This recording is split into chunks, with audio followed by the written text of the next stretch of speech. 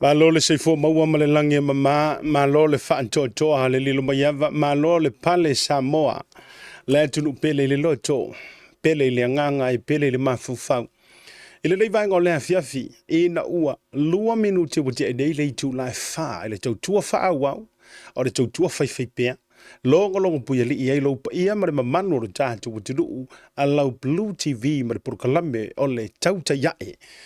Male manuia tau te iae male malo tau te iae male fia saunga le mu me umai le alofa. Male anga le lei o lo tātou ma te sili o le langi. Ea umawhai o le te mailo soifua Samoa. Lau sa valinga le whaingo fie le reifo ia fiafi. O le aso lua le nei a matou Tuesday. Aso no le tolu le nei masina o le masina no iwa se tema. Lua felua se fulu ma le faa. Leanga le leo le tua ya mai se lo maua pe lo soifua maua o le fia maua le fa ne ina le loto I mea fai le tua a fai fo yo fia ngai ma fa no noanga ya ele fa pe o le unga o le lalo langi ai fo I taimi tatou te fia e taimi o fa no noanga walanga o tala le tuspa ia ya le fa fia ngai o mea uma.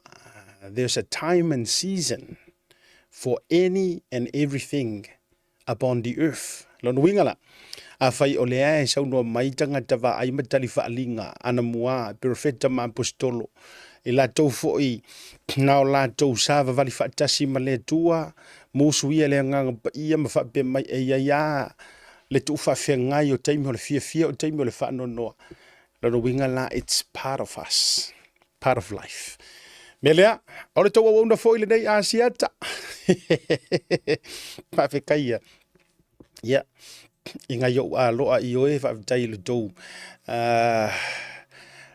tūlanga le tau whaafitai a fo na yo ofu aku se senga le lango fo se ofu. Ele dei vanga fo ele fiafi. Pire ta ua tua ya o tau le sponsor le sa wei ofu te fo uma enga wa ofu mama ye fo. E ui lea. Ya, ato wauna masani a siata. Ele o suia lava sia na ata. E oi. Le lei pe leanga ma I pe mativa io malolo ina pe o le alava ya o foringa nei to te sila ma ia I le aso ma le aso fa malo lava le pale malo le nga lulue ti te ma faiva o nga luenga foi o to ie fe ngai ma nga luenga to tuai ainga nga luenga foi I totongi fa le fai nga luenga po o le alava le nga luenga fa after ya tu ya joe.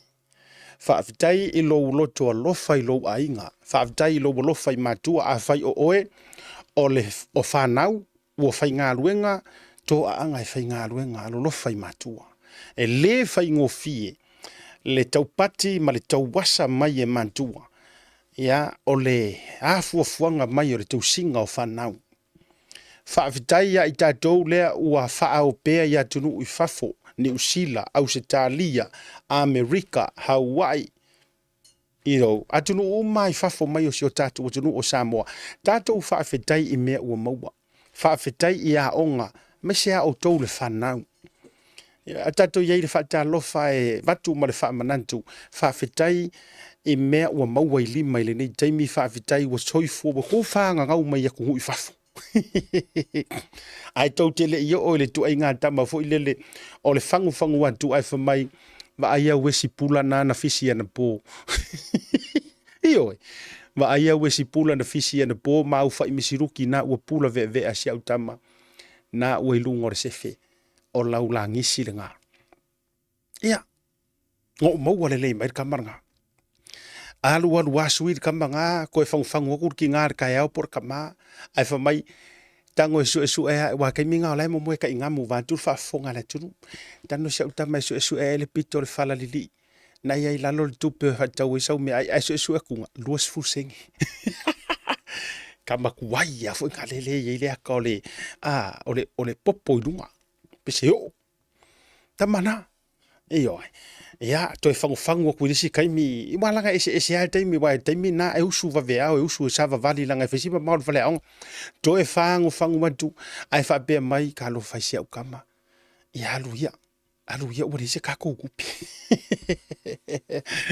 a o nei aso ma nei ona po a mu ia outou le whanau wa soifua e atunu ui fafo ia o le sika mikiki makua le alua sia o nga pe alise lunch fatua a o ngai nei ma o ngai fafo atu au te lo nis e fuli le lunch free lunch e isia o ngai fuli lava le langisia tawa o lo nau e ave usu kalaki mai si o me ai nai tau fa sar fa e fale o ai pule a o ia io a o la so isa mo le wingo le ufa mafa ia a maua lo to nga luenga a maua ni to nga luenga le nei taimi po fe lava le taimi fa mnuia le tua a wai ke ngau ke va ve ku o ma tua o te va ve nau fa pe o le a e alu lo o e fai low life me o le tu o lalo ma le fautuanga le lei alofa le lei na yo matua au fa ke fu ki ingar kausingo oi mana ya le vai ngai amatai ya amalo atu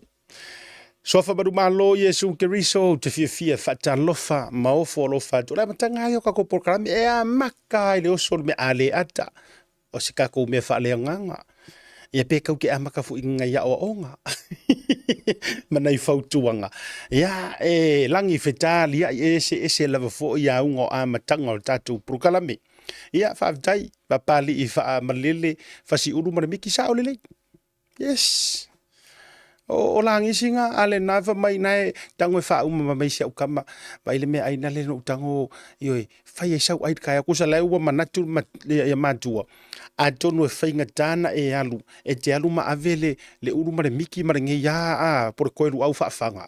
Wala ela ngonga fo e mandua e te tau maa fo e ave mea, a la ua vave whaafanga ya o e le tae au ma le whaanau nau ta inga. O le, kusa o le ukunga kuanga o lau pengsingi e roe ma le so. Wai vai loto ma, me whai ana i o tātou mātua.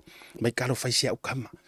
Kangolo e kopere ai ngango ufa koko ea, mea si usi uwi anga. A o le ngi kai au. Tau na tali e lo manava ma le fasi ulu le nai lunga. O malole aru wale se ka kukupi. Ia nga ai fia la ia le nga kai au. Kosa ere yoso se fia ai. Ai ua ai. Ona ole ua iai le mafau.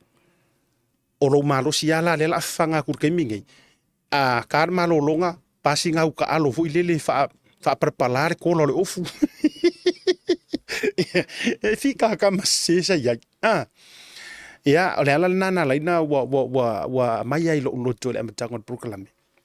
Lengo fa malo atu nga luenga. Fa malo le nga lulu a faila o e le fana. Wa iska miki e ma wolo nga luenga pe wa tau fa tumu lima le avenga o kupe I matua. Nei awa ka ko ke anga fu fa balangi. E sa ora kala. Awa tatou te vave palangi ele fiu lava tatou te le pa. Tuloa na tatou pa walanga easy ka mai ki fa pena I have my own nieces and nephews ya laina fai au talaia e matua polonga nei matua tusi na ona maua o nga luenga ai ua maua e foi malanga girlfriend malanga boyfriend la ke ia for my mom we're moving out because Johnson's doesn't want to live with us yes. Esa ola ukala. Si la fia o ele matua po o tou I lungo tanto programe e yesi fasi saoa o la utala le vaiatu. Kango la e love le kakofu. Press mai la love ma la like le te mire nei. If you think e yesi truth I la utala le vaiatu. Langa o le kele nga. E polonga ngai maku o tasi le vai ngai ngalo le whanau. E yei le teimi. E te le oiloa ai. O la e kangi lo ka mamaro ki ngai ku ngore pok. Wale I loa sa we fai mai se kala ya o wale se kopi. E oi. Wale lava fa soa. You have no idea. E oi. You have no idea. O la e malingi le mulo I maka ai muso se kangi mai o ko ruma. Leanga o la le se kopi fa ka wese lunch. Oi, wale fa ya kuar polo misi sa polo misi ya kuya oi a me uma ave sa ulima kala pe ave sa sfuru kala wala nga pe o la popo o isi duas sfuru kala lela o matua pakalo fa ali imalo fa yaso malo fa longa tama fa be oh you promise me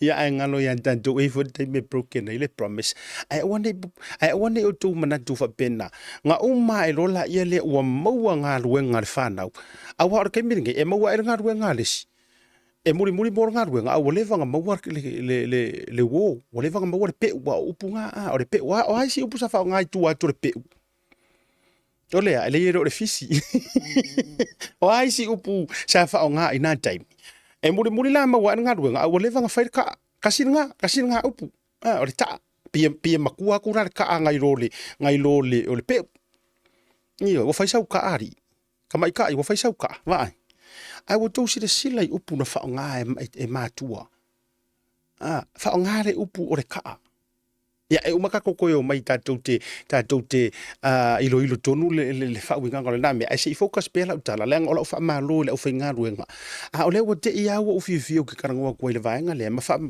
na wala nga e nga uma la wa nga maua malau nga ruenga a u fa ma la wo na te ia la ia wo musu la wo wa la wo fu e se fu ko nga so fu nga la sa mai te ia le wo mana let's move in ma fu e se ai mai se la oil kingi ki le fa kula ukala mai se oil tintiti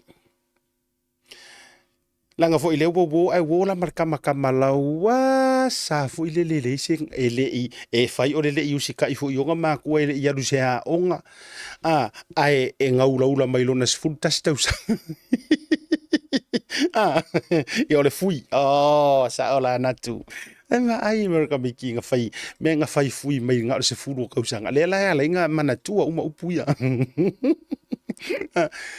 o le la o sa ngei fai le wo manga I move out for my mom and dad there's something I want to talk to you about it ke mi o fia fi fui e fe fale ainga ya ta ku lo ma tu okay what is it I want to move out so yeah what I want to move out why ai se la ia fiki nga ya mai se vai fai kama e mo lolo ar tamai alu tital no tu mato e mo lolo ar kama ia foka fa karia kai me arwe langa ruenga pe arwe fu e fai kala solo a ona tina le foi la mo sa ilkinga e aru ona yeah I want to move out ona le mafu anga wo mo e fa mai because my boyfriend doesn't like you. You're so loud.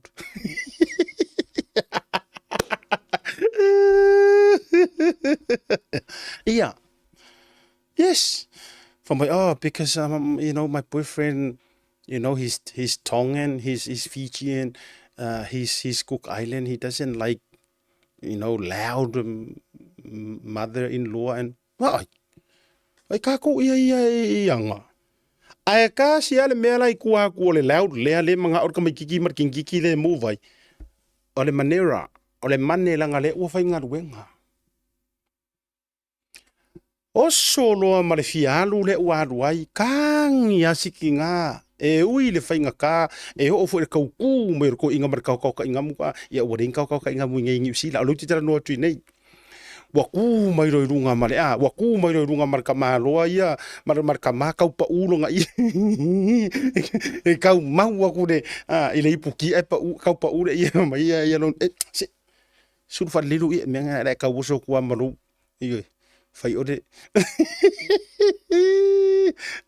o lu ti tango e matu se wala vo ile pi fa mali ai ore ko ona solo la ia le wa mana na olanga ole manera la wa mawa kupi ala winga le ole upu fama mavale u te fai atu ia matala fo I o tou matua ai ia sili o nga whaalongo le lei mai ei o kou whangau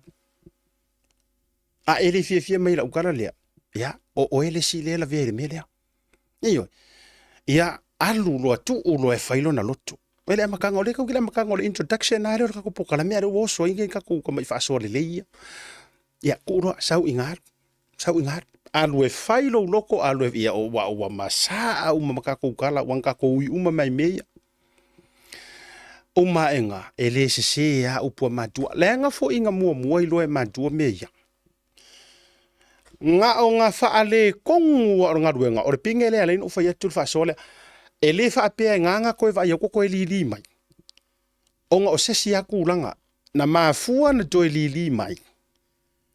Ua le ai se ngā luenga. Ngā o ngā le ai o se ngā luenga kipi mokulua. E ka mai kiki por kingiki. Ya, le na. O le afoi. O le tūlanga le nā ia ele vaenga am fatalo fatua ila ia au fai ngā luenga. A fa pela o le ke fa fonga mai. A wa e fa pe we. Fai mai sa o asia kaya humble yourself. A fa pe ola ule tala. O ele fai ngā luenga ele fesi tu o lua a lewa a le te fai ngā luenga a lai ele i fai so a inga. Me tau fai puiponga. E se ale boyfriend, girlfriend. E se me tau o le married. Ele o aula la utala ye le married. A le fai tu la utu ala lolea. A fa pe o le lave fai lau boyfriend, girlfriend. Maua lau ngā luenga awa if you move out. Please think twice. Stay with your mom and dad. Look after them, please. No fole lei mana yo matua. Fa ko a fai mai ala kusipa ia. O le mea le tu ua ye le tane. Lona tamā ma lona tina. Ai mafuka ku ila ngā vā. Inga ua uma o ngā fai le lua. I do. I do, I do, I do, I do, I do. Mai. Uma ngā fai o le I do. Pingi no marmeanga.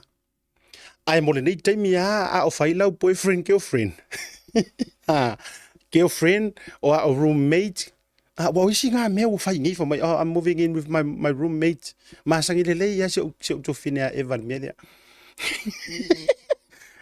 I'm moving in with my roommate. It's our classmate. Ai muri yangi. Ia fa umai oi. Ai le loa. Ya, fa umai le oi fa ungor vanga na. Anyhow, ole fa talo fale mo tantu o finga wenga o tou fa nau mo to nga wenga ai le fa ni to te to lua o le tu lalo ma le fa tuanga asiata ma te te ya e. Please look after your parents. So song ya ilako. Ioi. Wa umang ya kupe maua save some ave ya il kupe ya la uai. O la ua la faima ioi. Ta iudu le to ainga.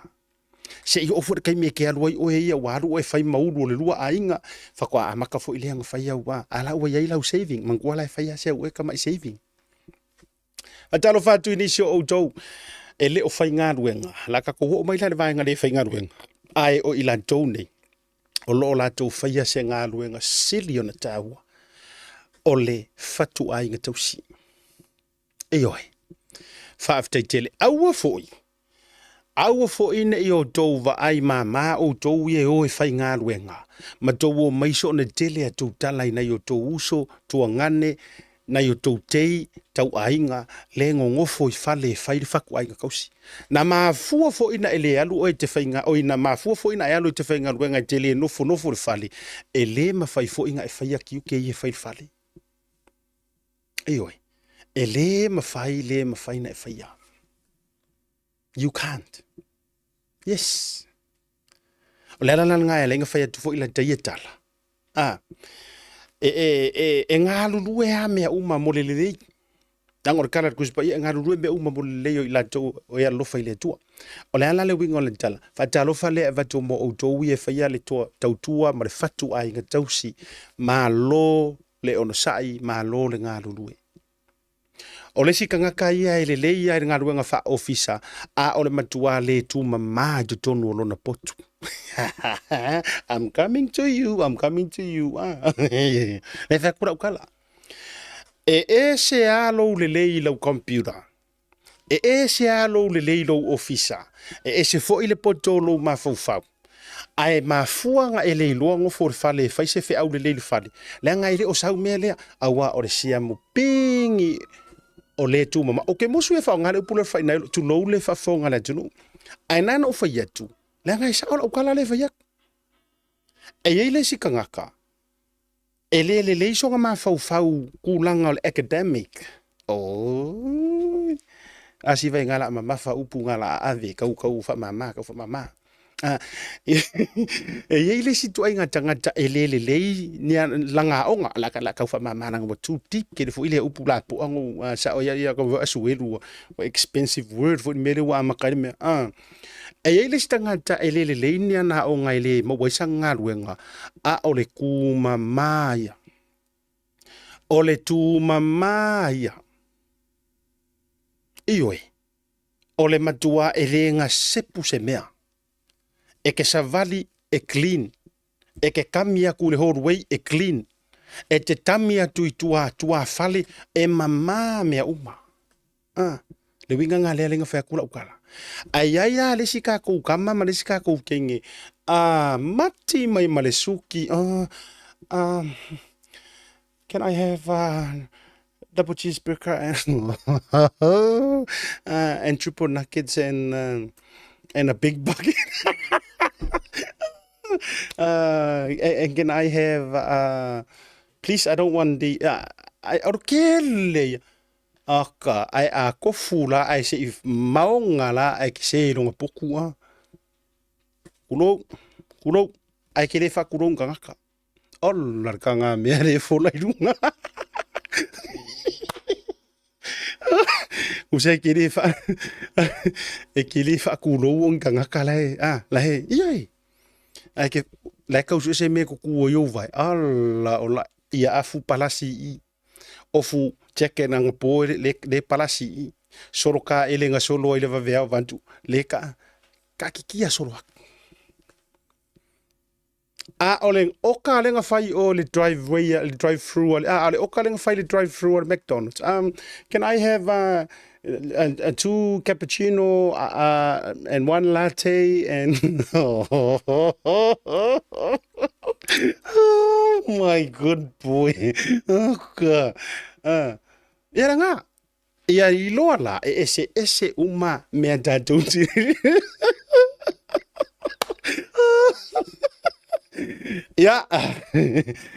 Ia mat lewinga o lautala.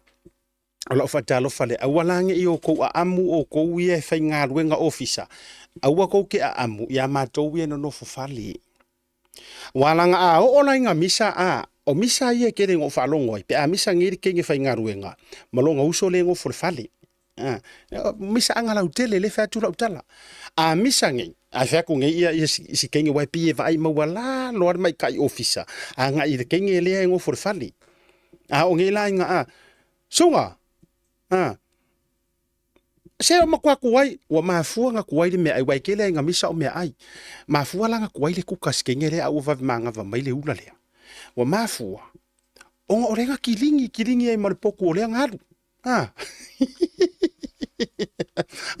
Kusa wa mafua. O le wakilingi ko I mal poku o le ngalu. Fenga ruenga.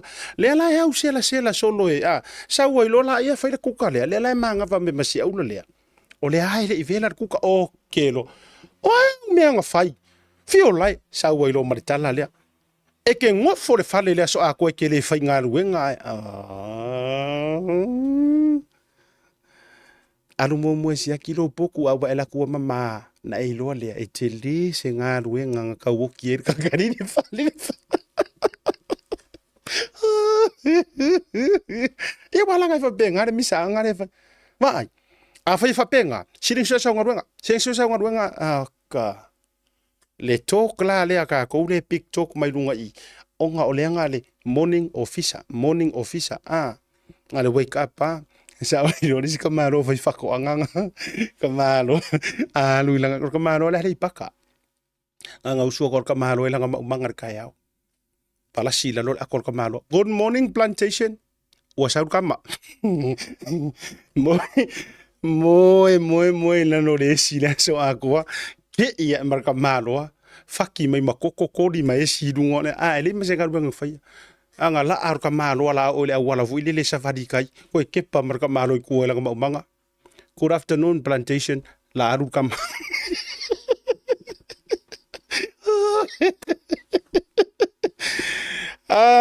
my good boy ia fa penga ia ngare usu gor ka good morning plantation was out tama mo elo marco le fa le ma fa o kai le afu le lea ma le afu si singa la e ko pol ma umanga ma salalo se lafo kele fu ile le mo ila lo lesi nga la e wa kau fuli mai le la ngoko ko lima esi kau mangi koko kau pe wa me anga fu me ala ko wi ko ngore akola alo marka malo ko kongi malo rikua good afternoon plantation la alu kam famurianga sei fu mas fana pe arka malo le oke kau ike a pise la loma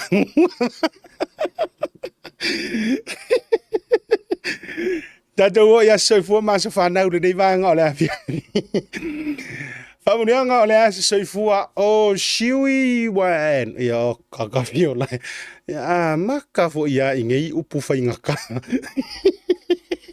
le fo ka ko maka fo ya ingei ngoa makwa too much yeah okay help me pronounce shiwen shiwen okay shiwen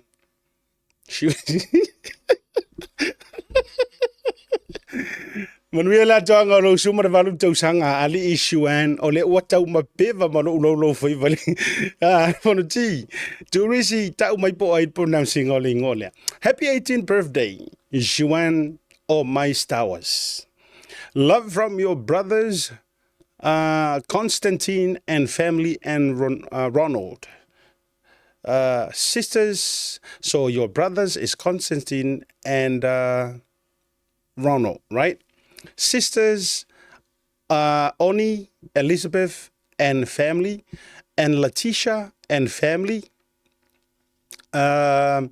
your grandma, and especially from your mom and dad here in Brisbane. If you lie, o ka ngofi fo ya ka ufa hoki mai la ngangun e makangol poka la ya adonga sumber va tu sanga o ele a fafine is that right atali son okay yeah there you go ia ka kare ku mai marko ko ole pe fai melo na ofu lima umi ya amru le tua lo fa nga mai asia tafu marta to por klame ile dei vanga foi ole afiafi ole sita to wan so fa na ole ato angole lima sfuru to sanga ole you peli au lo wo kofio lai ole sunga le pese longo a tau langa tanga loa ole ropo o swafa pe o swafa ia sunga taulanga tanga loa ya fa malulua tu langa o le maua po o swafa le uso ya ole swafa wala wilo ai tama pese sauia oe ila udia hade leo kamano le lupesa o fili Maru tele le as soifua taulanga tanga loa alo faanga ma manuyanga mai ia taito divoli male falitua ia Julieta taito. Ngata ilea ia ole tofa ia lio fa tau malamba male falitua ia pulo. Dole a sina and a pulu pasina Janjek. Happy birthday mai se foi o le songa le li longo lo urupo o longo ai Samoa Mauhant. Ia male falitua fo. Lo faanga mai a siata fo i male tau te iae tamo le motele sala fai tau langa tanga loa manu e tele le atuanga lo lima se fulu kausanga ua afa fo i lo o langa le fonga ele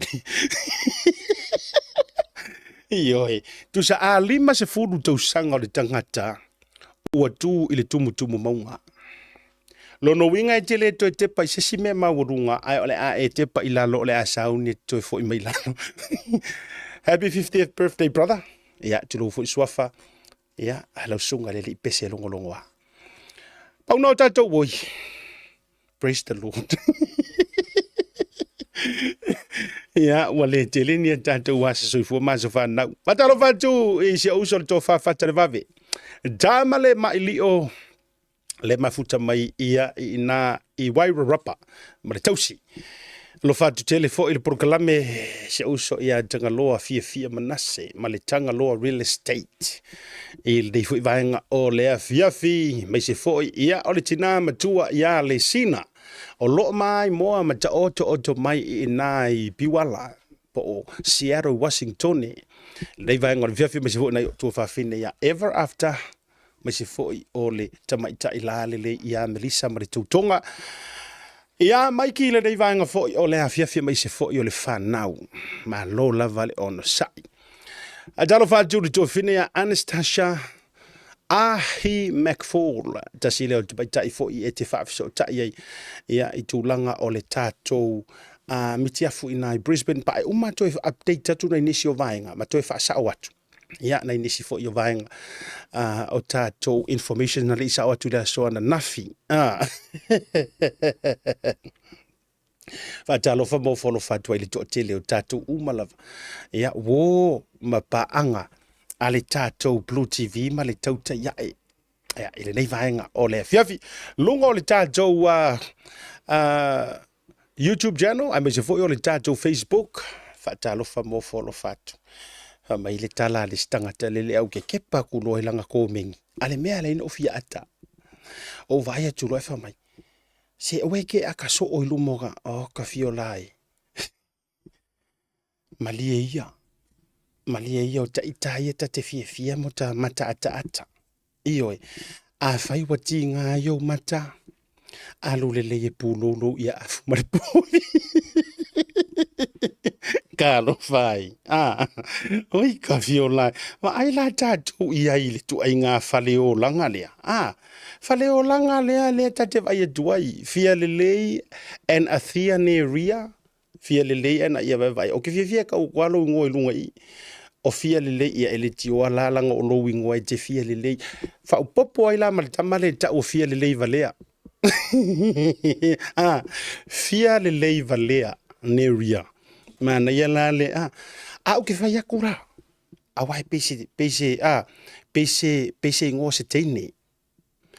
A le foi la ofatu nei la utala e mafuana e sau nei e mata mai atia walo winga e kasi ala mele ke sau ke fie e te fiu te ita la wata ale te fie fali mai ama o la wata a te lua misa fua malouto o lua ona o e mara malama au te lo o ele si le fie e mata alu lai mata il prokalame alu ngari foi lele o ingala ke mawaile mo me o foringa tonu ana te foringa ai wati awa uia e happy ama enjoy le tatu e vatua fo ile tala e pasa o lo maulu pe te itai lava ia ele o sa o problema le na me o le mel na le meta oi alo fatele atu le proclame ia o e fia le valea ia I lungo le tatu le la o mafua nga va kufua mata o tu ai fua ma oe mai lo atu ai fua talu fua lo wo so mai fua e fika fua le fai proclame io I've been smiling all my life.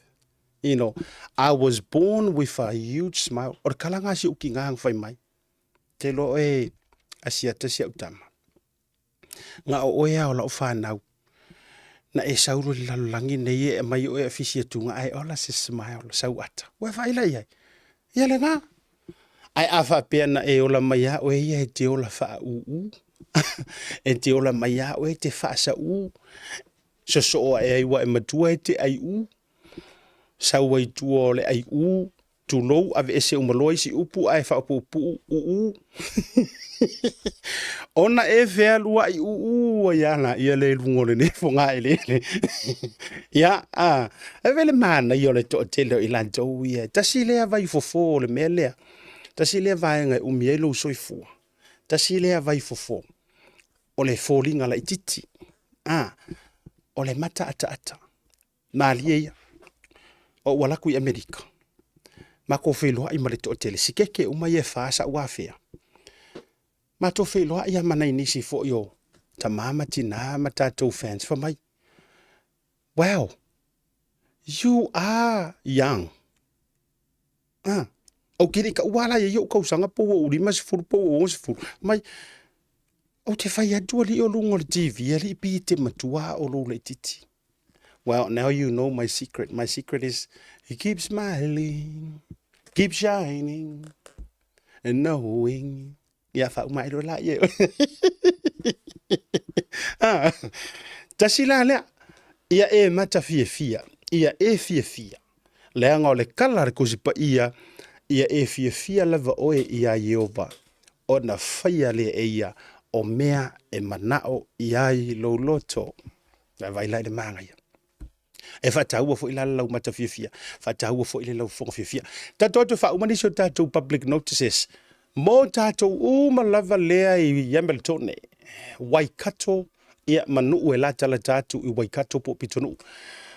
Aware ngalo ya te outou ia le event lea I lalo I Waikato Te Wheeler Festival 2024.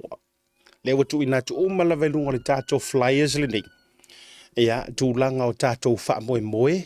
Ia ai me se foi o le asa to na nei I le tā o le se fulu le tai au na o tō si sila bayai. A fifio atu matala au atu. Ia I le tato address le na. E whai ai se sauninga po o se celebrations foi mo le tato Te Wheeler Festival I Waikato I New Zealand. Le so whawhiwhianga, nau tau te se sila mai ai I tato flyers le nau tu I lunga. It's a free event. E le se uru fale, pa ule mea o le whaatanga tanga o si nau se leni e whaatau eni au mea ai fale einga e se ese. Ia ole ai ai lea so avele whanau. Awa foi, ia mai moanga foi. Ole na wha moe moe asto na I lea la asau nei.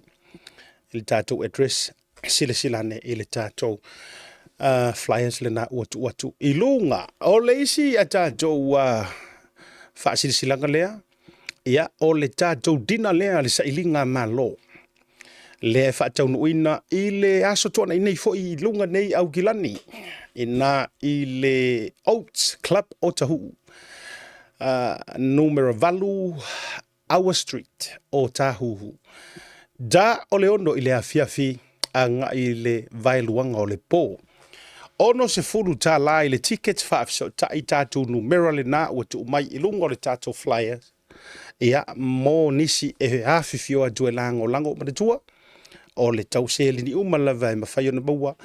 Ia e whai ai tātou talinga malo, ma tā penanga o talinga malo. A o tauawa me ai, ia le fina wina foi, ia ma le whaita wina whalua. O le pili foi leo le sitiseni, a tātou ne usila nei. O tātou wha manatu lava foi. Toi wha o tuale vaenga le tātou miti a fufa mole lava. O tātou no mera sa o ia watu ina tuilunga. Ona sa yeisi fisasi atua mātou ofisa foi.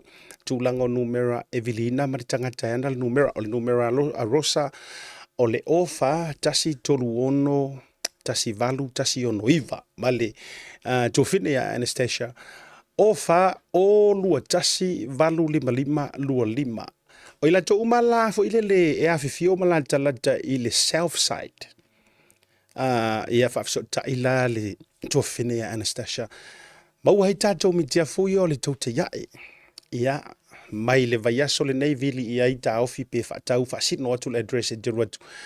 Ia e whaatau winai all the way to the 7th of October.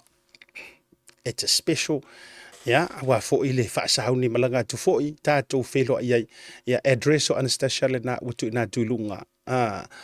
Wallaroo Way, ia le na watu ina tuilunga. E te sila malama lea ala o tou ia I Brisbane I Ausitalia. Whaafso ta iai mo ila tou. Ia, a wafo I tātou mitia fo le tauta iai. Ia, lango I fo I tātou porklame. Ioe. Ma e mana tua I fo I le fai porklame lau mata ata. Ioe. Tupe pele tupe e ata la vai le suia. O leise tātou whaamanatu na I tātou ai tautele I ore malolonga. Na ona toi whaamanatu atu lava.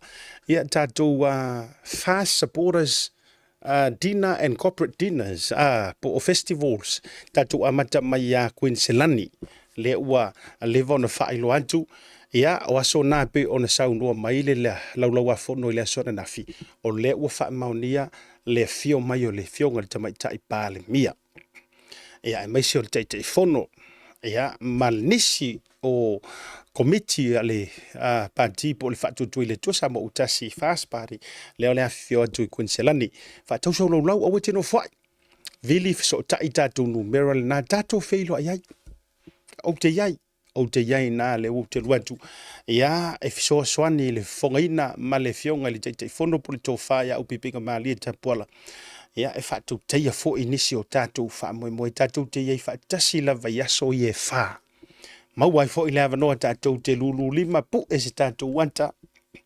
Ia, wai tātou te lilua, pe te iwa umalalangi tau sanga fō. Ia, ai tātou wheloa iai. Wō ma pā anga ma mai fo I ale tau te iae, o te talo atu, ia agalele ana i le fa'amoemoe fa'atau sau ticket book sau ticket ia po o se laulau fo'i auā ia le sosoniga fo'i i le fa'amanatuina o le fatausaga o le first party ia talu ona tula'i mai o le isi e tatou occasions and nice so ai po le tatou fa'amoemoe o Victoria ina i Melbourne le fo'u ina tuilunga aso to ana i so ai pe amai al fa'amoemoe i Queensland tolo o le aso suma le lua le na e whaatau nui nai fo i le tātou whaamoemoe ia tau te awai whaatasi fo ia i le whaamoemoe i Victoria po ina i Melbourne a whiwhione mautala awane whaatau ni a tātou ticket laulau a mō Queenselani au fo ina ngalo whaile ulua i selenga na ona toi whaupopo atuai i le aso ngafua o le aso malolo I think o le Labor Day le aso malolo le nae fai ai le ulua i selenga ai mō tātou Victoria na watu ina duilunga tātou whaamoemoe lea tātou te awai whaatasi fo i ai. Ia, ono o maile ia manjou i New Zealand nei, e tau walunga ia New Zealand. Tau walunga le malanga mai nei ia manjou New Zealand, ai mo le whaamoemoe lava ia lea o au gilani la tau, lea watu ina duilunga.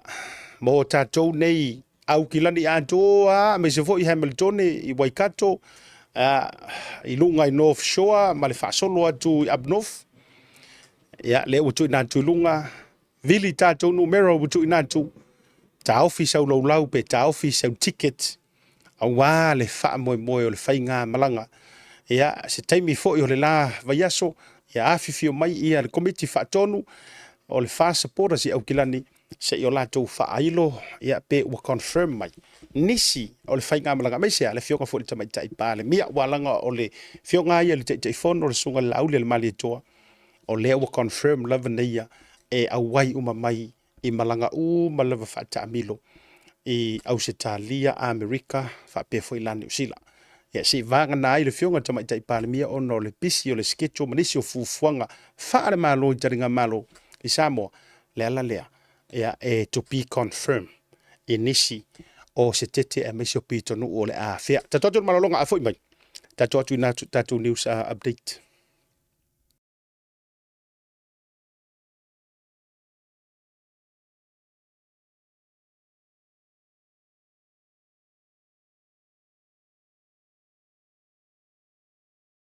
Edge of our island with craftsmanship. Built tough to withstand our unique climate, our roofing is designed to last for generations, providing unmatched protection and style. Whether it's for your home, business, or community project, trust SMI for quality and durability. Our ColourBond iron roofing is not only strong and reliable, but also adds a touch of elegance to any structure. Engineered for performance, our roofing stands strong against the elements, ensuring your peace of mind. SMI Hardware, where strength meets style. Proudly Pacific, proudly local. Visit us today to find out more and see why ColourBond Iron Roofing is the perfect choice for your next project.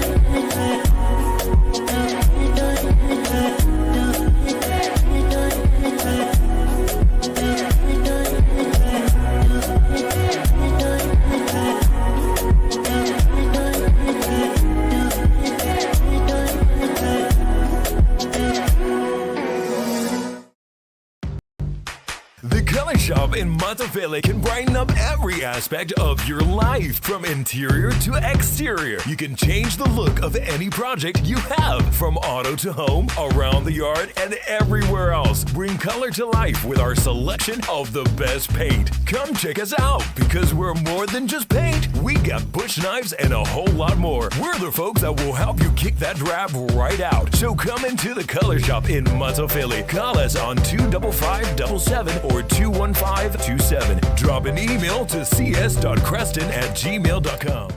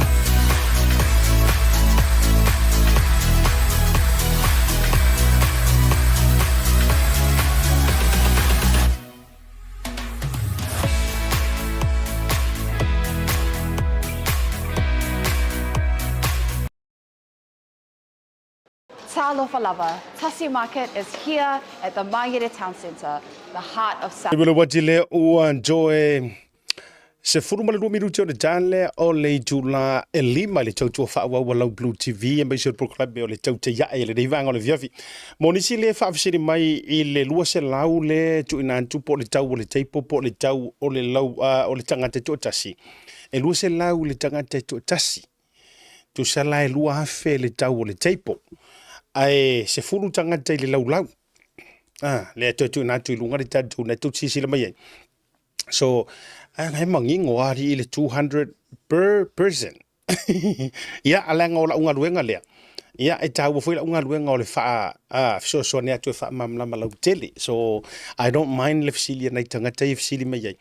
Ia a fa pe foi o tūlanga i le ngana e sa o le lei kusaka kou. Langa mai le ticket ia ono le tūlanga pisinga ngana o le faa ngā lau tele e tunu i fafu.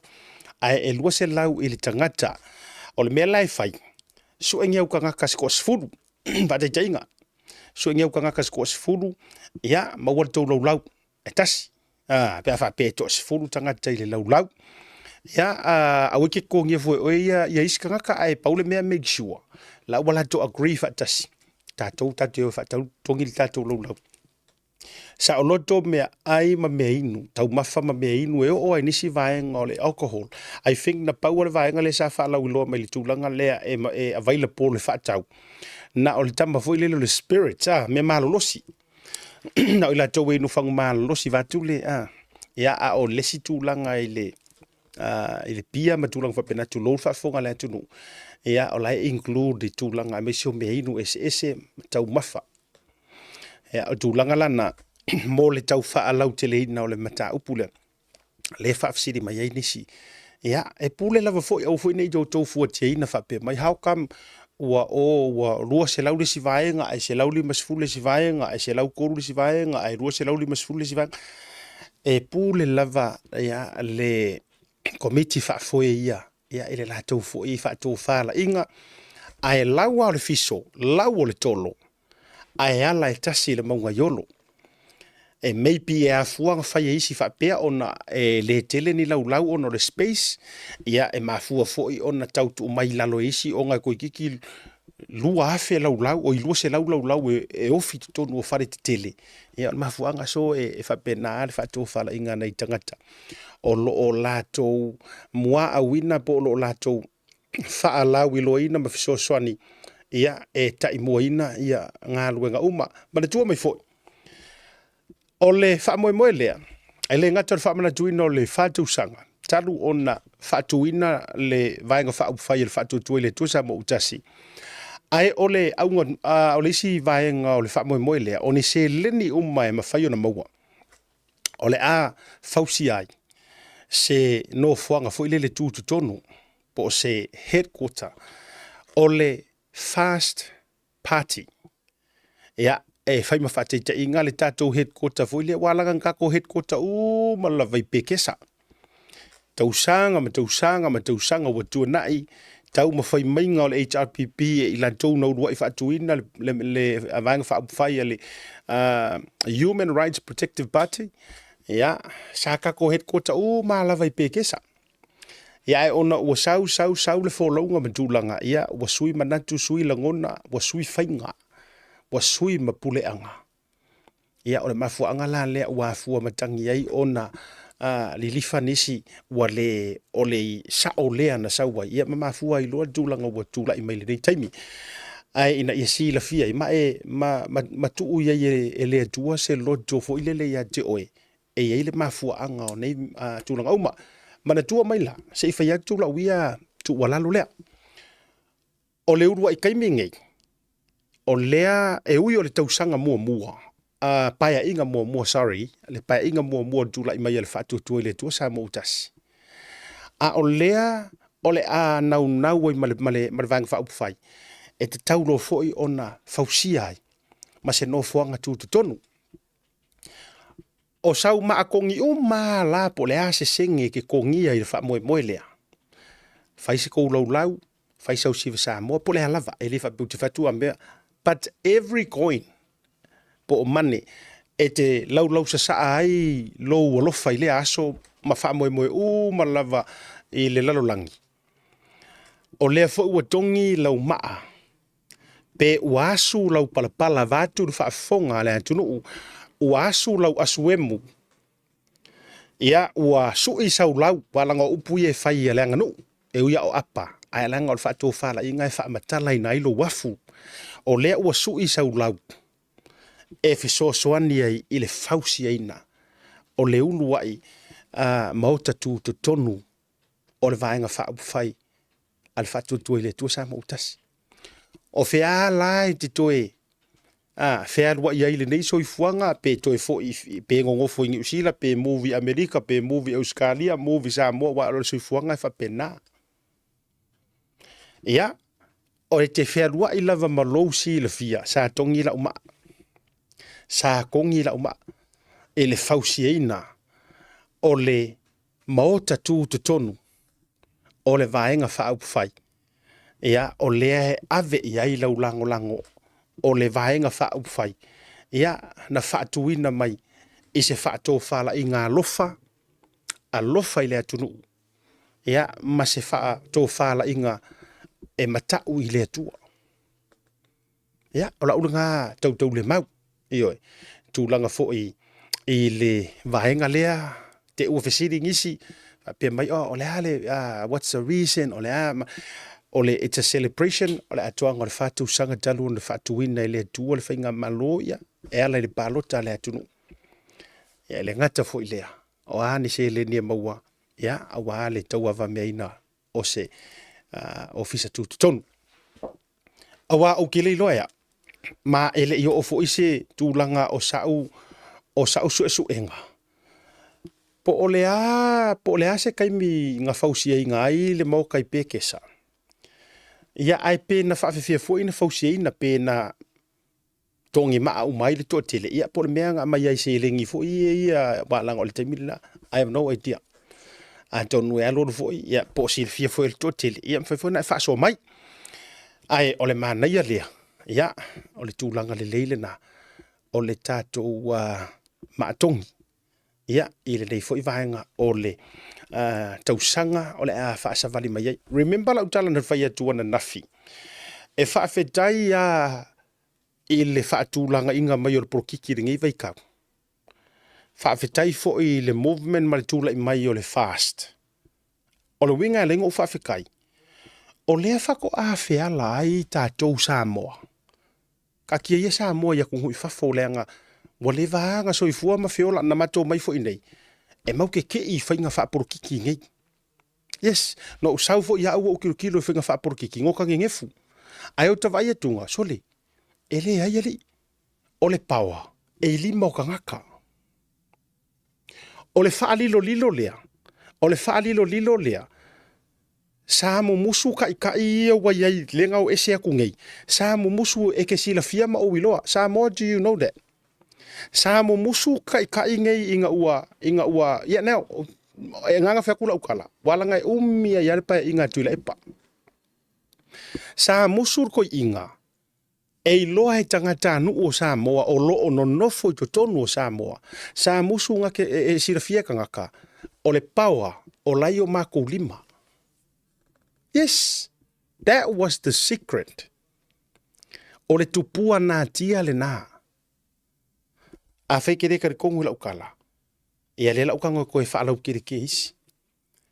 O le whako a kako ke ingeia.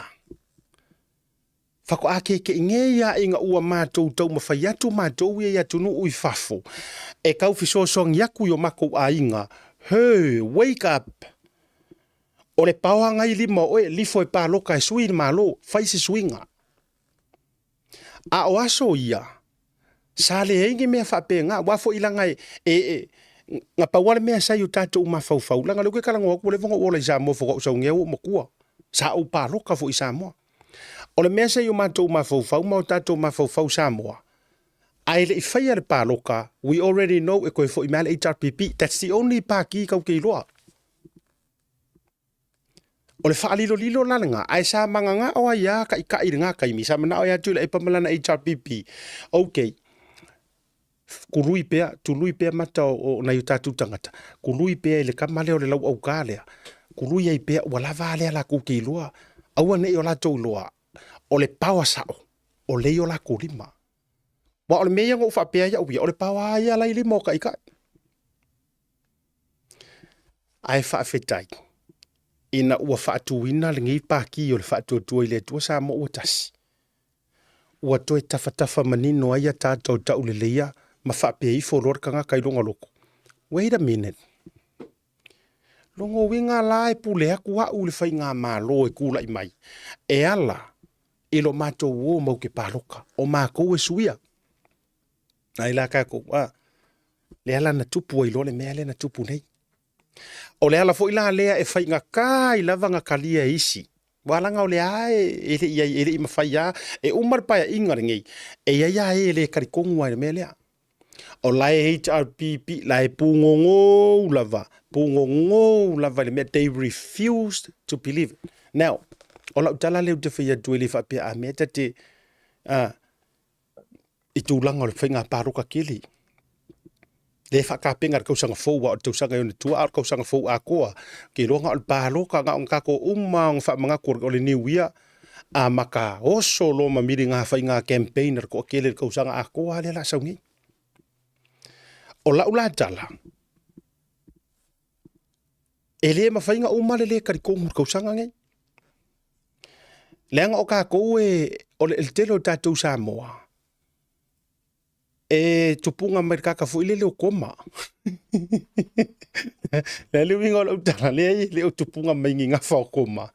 Ai pi tātou te taula veha i mea kamanga o koma. Koma fu ile a le so o Yesu. E whato a taritonua ina ua vaai.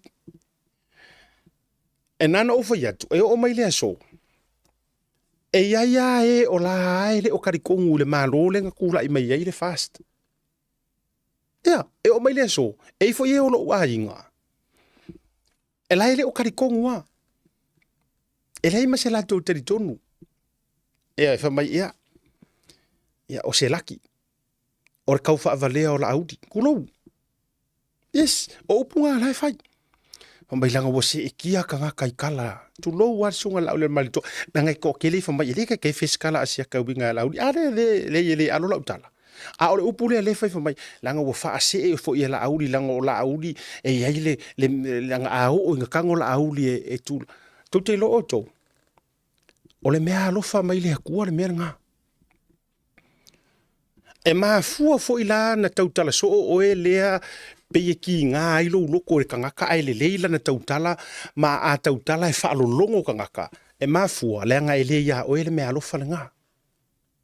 E le o sau mea alofa. E paule meanga ia oe ngā o le loto leanga na o le whaitio, whai manatu, tau whai. Tiro masa e kuso le mea ngā. Walanga e ke roe, o ke wharongo so o ai suanga, o ai suanga, i se o rifa mai ia langa wa se e kia le atunuu, i tala mānai a tala longo le leia, i o e a saungoa, i a laa, i a wai whapenga, tau te lo do, e o a fo i se o ri i e ko kongu a fo i o ngā ruenga le mālo, e whapenga o la tu mafufau. Now, I am hoping and praying. Ia umakure paia inga ngei. Ma koe kula i mai le whakua kua i le kua sa mo wakasi le si paia inga. Ka lo sia ia. wo ko waka mamai uma pe o ngā ka mai tō maa. Ioi. Karo si e ia umahaku o ko waka mamai. O le mea alofa a le atua e ave i le kangaka e whaanga ngana ina. O ko mana tua fo ie o upu ia e. O whaamangu ia ngā ko i inga ma lo mātutu o le fue tā, ma le fue sina, ma le fue afa, ma le... Ia whaanga ngana ina oe e le atua whitalai. Ioi. A tele la upu ilo ngutu mo Sofia mo e ngā luanga a e saungoa pe e ke whikalai, pe e ke malele po le alava e lo longo tangata ma wha lo longo e la ngona yo la tau loto. E mai le anganga. Ia. So re, e mai le anganga. Ai a e tala noa ma ave ni au tala e fai o le la ngonga ai oso ai mare wha alii. E siri le ku. Ia, e siri le ku, e siri le whakakia. E oe.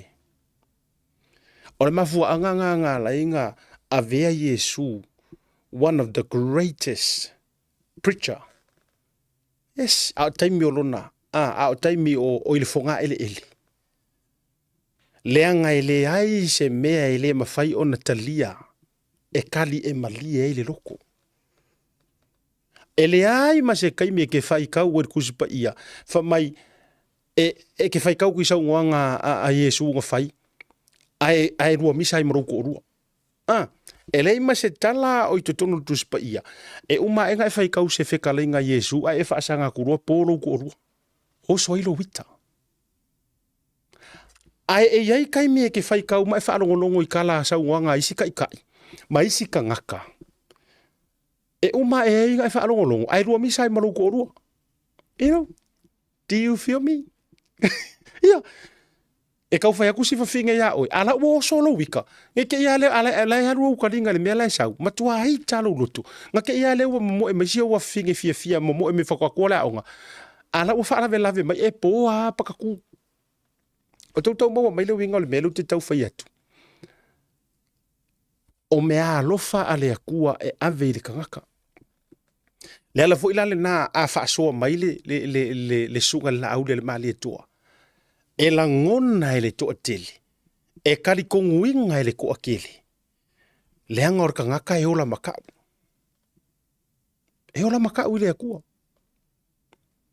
O te le whai atu e tau whaapea e selu le. Le ngai uma uko e sau isi. Le haise mea, I've seen it with my own eyes. Na su mai fo i mātou lo lotu i nei. Maua lewa noa e au wai eisi a mātou fo i a kalisia. Nga whai eire kau ki ngonga. Ale sunga le mingiska, po le fionga le mingiska, sunga la au le mali eto. Na ia tau tino ai, o lona vala awina lea. Ma le tūlanga lea o lona vala awina lea i tūlanga o whainga wha apurukiki, ma tūlanga wha pia i wha. O se vala awina na ia langona ina ua malanga i Israelu. I malanga le kalesia, long time ago. Le la wo kango fa so aku la ngai ka kaunga ka ko elia ke isi ale au mea e ma fua ise a ngaloko le ngai ngar ka ka le e ko kele wai ko kele la uri e pale menge kulo lava ai me sa le ku ngai ole me tua lo to le nga lava ai a ku ku ngai e sa ngo ma fa ngia la ku kala now let me ask, can you feel anything? E ise la ngonga le le ke fa longo inga if I pull el pale menge, I'm talking generally. Ai aku mai ele nga ola uli e maua fo isi kaka e kele de mingiska e longo fia fo ale mingiska ele kakalo male kuri vai ile kua e longo fia fo ile mingiska e la ku fo i ka penganga if ka fa alu fisa si fo leila nga ile ola ai ke longo fia fo ile tanga dai ta pena ma fili male tua e vai le ku mai lunga ele nga dai fa ma maluina ai akalangoa se e kulolo la au le vau o pu le ku ai bo eva aila isi ko inga ka atu ilunga e fai o lo le fia fa longo a o kala fo ila fai mai o le matua fua o ina lava e fa tu la tala langa e open level tatu fa soa yo ka ko ka inga aku la inga ko inga o te ilua E pau fo i leo le tanga tau te vai atu i ai. Pia tau tu fa sa oloto a fo ia na fai ngai tutunu. Ia. A fai ar fa ko fala inga ma ngai ar fonga fika lai ia o la ngai o la seu sila fo ka ma makua. Tatu aveia na upo ta ma matua. Ai a tau fa fo fonga le i mea ka ma makua e kurunga fai. E matua o la na tala fo i le na vala aua nga i le sui o fale la tai. Sorry, manono, a inga le tai. O inga ai ko ki whaafunga i sa moa ia ko inga tai whaapene. Wa levan tauna malolo. Nga pauale mele la whai ngi ka ngaka. Nga o le whainga o kala fo i e mana nao ia au tausanga. E mana tua i lantou i le wha olo antou wa ma le wha le mafau fau vātur whaafunga le tunu le pale mene. O lea au ke ngofo. Ma o va ai. Mana tua. E lalo ai o ai inga o le tūla fono. E le koe o mai le wali ia pe a wha pe tau te o sa o yang o le tūla fono. O lea ua guilty. Ile contempt of court. O lea la se i kako maka aku ia lunga o le si paia inga. Po o fea akua ia ile mea lea. Po o le mea ea. O le soonga kau ai le soonga kau ai e le toi ina. O tuila epa. E iei lo utari tonunga. O lea ua all in. Lea le winga o le tala. Pe iar ka alonga poka fo ile le Samoa. O mea umma o lo o kokoe ko inga. Wa kau ai ummai. Mea le lei ia o ke loe le o ko yengi ka iro ipo ko yengi me. Mea leanga, mea faa le kongu, mea faa sausili. Sau umma i fafo. Mafua i sea. There's no tomorrow. There is no tomorrow. Nei, o kere o kalangoa o le ola, o le soifua, le ai, no. Ai ua makua, ua koia inga, ua vai. O lea ua lewa ngampasi ma le mele whako a whai e Biden. O lea ua whako a pasi ma le mele ua whai e Biden. A lea la ua sa o ale whainga e Breskego Amerika, wha maa vai, ona o lona maa fau ua matua. O le mea nga ua lewa kaung whai e ko inga. Ma anga koa sesi o le pāki. Ana toa sesi o le pāti e le HRPP. Le ala nga ia la ina matua o te tee, ma o te tee i lea tala, o ai lava le wali ia o whekolofi kua ma whapeaku i le sunga le la audi le mali toa, e lol pa inga le mako suia kuloa, e sa o ai ale no gan. Awal mai mawai furkaimi. Ale now, never. Mai al busy, it's now or never. Awa fuar mai mawai furkaimi. I la ula mai tau atu, o le skaili ma le ape foe lea u fai mai e kuila epa, o le ape foe lele, there's no tomorrow. Kau ai umai ko kongu mea. Fai kalia la ko, nobody can arrest me. O au kamala e sa fai o makanga ruenga. I'm just gonna ruin things. Pauanga mere fair ko inga. Kau ai mai ko kongu le lapisi. Ale, oi fakiringi, ale. Fakinga inga o to vai mai, o le te vatua le ta fateitai. O ngā wailoa le lei e sikoia inga, there is no tomorrow for him. O la ukala mongi aia. E uta whai atua. Ko o maila i raka ngakale ko o rua makuila e par kaimire ngei le faa o loa kaua ma le faa sausili. Tau te silafia o tau Samoa. Le lau whai ako mongi ala ukala lea. E le o ko iai ngi real supporters HRPP, supporters of the i mekau politics. Le ai masesi o fia iai. Kakale o li mongi. I can honestly say that. I have my own HRPP friends. Ai ko ki hiroa. O kala ka ngaka ngei. Ku lou wale upe tō ia tiau. Ino uma ia na mei e whai. E kasiar ka ngaka le langu ai li mongi kasi ngai. E kasiar ka ngaka, I'm telling you Samoa. E tasiar tangata o le ala fo ilea matua i fusi mau ai le ngei urupo. Si koia inga o kuila epa. e loko a li mongi e leanga lo la va mafongo koe, e loko a leanga lo la va masula, leanga lo la va whoever, ai awalava ne i leanga lona va malona tarita. O re karikale o le liria.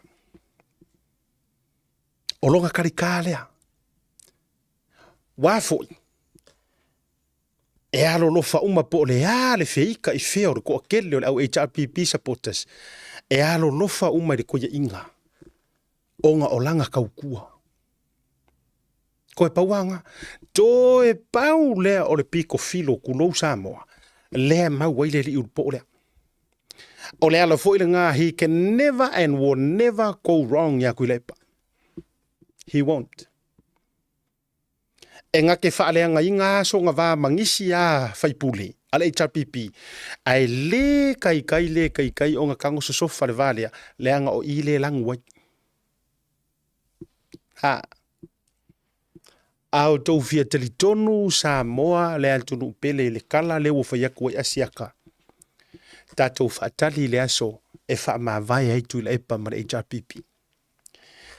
When that day comes, e makua sa e lima lua ma vai lua e le paki uma le urupo o le ai tongi I fafo ma le paki. Ai kou ke roa luke karangoa ku whaaporkiki.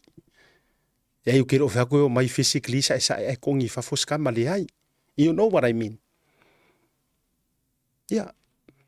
E kuri ese ma le paki e vote out or whatsoever. Because nobody likes him. Yes. Nobody likes him. O leo ke ngofo o te nofo ma atunga lunga o lo ke ngofo ma le whaavau ma o le akoanga o le fiku se valus fulu se fitus fulu o valus fulu o le kolisi tu lou le aonga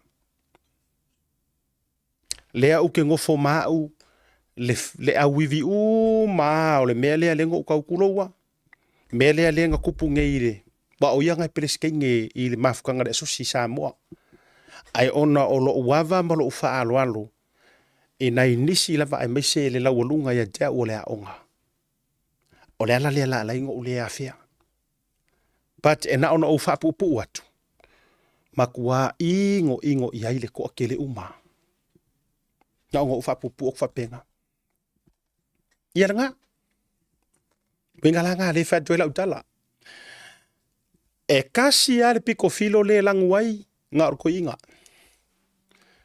o le time lava e sisi ai foi ar ko inga ua kingi makaungu pe kaungu le lei pe whaamawai po le alava ua le to iai me tau porkiki po ua le to iai se malo si anga o kuila epa I le HRPP in terms of leadership po le running o le paki ka kou le koe va ia lo fo I male uru I ila lea.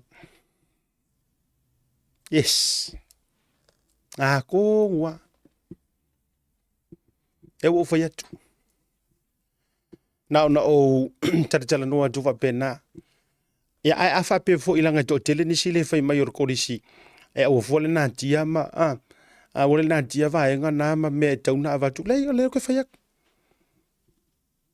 Ke le ropo fa se kala kupe.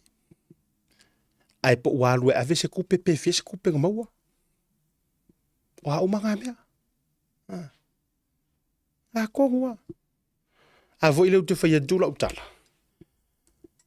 A wa leo mafu anga ya la inga fusi ma opo mangofo praise. A do vai nei ai. A whakalangoa isi whaipule le HRPP. A do vai nei fo I whelafulafo inga mai tau le read between the lines. A kele a kua kala le malo makaula vea aire kai. Nga pauar ka nga kai kele ai nga ku ki fengi kai onga o lana ha mata whai oi o le sui kai.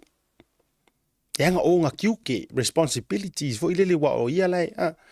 Ai a oisi whaipule uma. E worry uma whaipule nga yo la kou I ku malo mangisi au mea fo I le kamau ainga. Ai na pa wale o le urupo o pa wale o lana me whai. O le pongi, o le oioi, awange I se me kausaki ai ia lango ingos tui. Why? He's living in his shadow.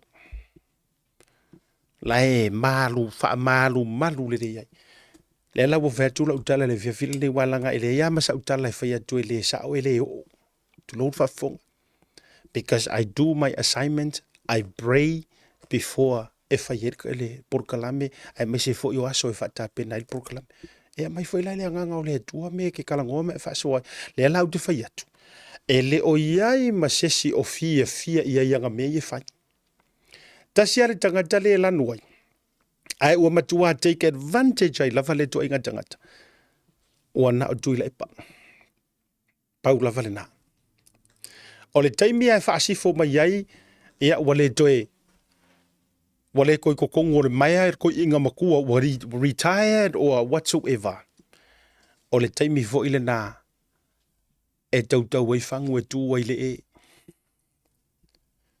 ia ma se kako va ai pe toeanga va ai toe tamo e le si fai ngā palota. Ioi. O kama fo ila ngei ngā o ngā le ai ngā o ngā moku ar pa ufalawa ngimo mai Samoa. Ioi. Na o na motu ar pa ufalawa o le ngimonga mayanga a le o Australia o ngei a makou. Ia ai le te fo ila sau no fo nei sa fo kilani. Ioi. Na o na motu ar pa ufalawa ngimo mai loa. O le dūlanga le nā o ita tui ei fo il mata upu lava nei male, vaenga le ale. O le ua vai atu. O le ua tui whaatonu e le whaamisinonga maualunga. Le malo, e na ia tui whaupopo se si lima se fulu afe. I lunga o le tupe na whaatonu ina e totongi ana i le sa avea ma prestene o le whaamisinonga mua. Whepulea i a tila. Le ua whaatonu ina le whaamisinonga ia le whainga malo po le government of the day pay another 50 grand e lunga anto le fitu se lau lima se furu afe e tu sai fo yo le keise le tautu e whailoina o le a whaalau tele le mata upulea i le asotofi i le toe fo i mai ai o le sunga i le li loia e a sauni la whaalau tele ai ai pausi vaenga na ona tātou tala noa ai le rei fiafi le mata upulea o le tūlanga o fua nei o mata upu na ta sui ei tūla fono lea na nau ele HRPP. Lea la.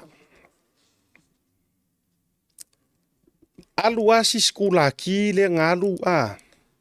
Failo ngaulu le ngaka. Alu asi skula ki ka e pe ngaka e le uru alu faya na tupe po le a wa le pe nga faise apologies maname uma. Kusa o ia le victim o le mata upulea. Wai kakaunga sila fia Samoa. O fea o iai le kako wa ia kakau le pui le HRPP. That is why e lau alunga lau tala lea and I stand firm o ke makua ke e le o doe tū lai mai le HRPP i le pui ngoa ia te tau o tangata. O le fisiri. O fea lea ia kakau asi kama alo skula ki lea. Leanga nga suia a kua mga kua ilen pa uele la fole fai ngā malo. I te tono le pale mene. In other words, ele ilango inga kusanga o la kouanga koe mga ngā o e koe whaafo i a kila koe whai ma. Ai o mafono o whai atu. Lea la ua uma e re kau mawhainga o na maka upu lea. Lea ua ko kongi e kupe le malo po o tupe tangata. Lea la valu se lau wafe. Wa le fiku se lau lima sifuru fa popo e ma lima sifuru. Valu se lau wafe. Maua e a kila. Le nga kaanga le unu o skula ki. O whengi a kungu uilalo le la. Pea ngofo ngei ku whaakasi mea.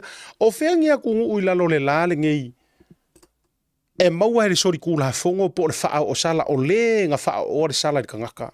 Ai koe mōsanga varu se lau wafi.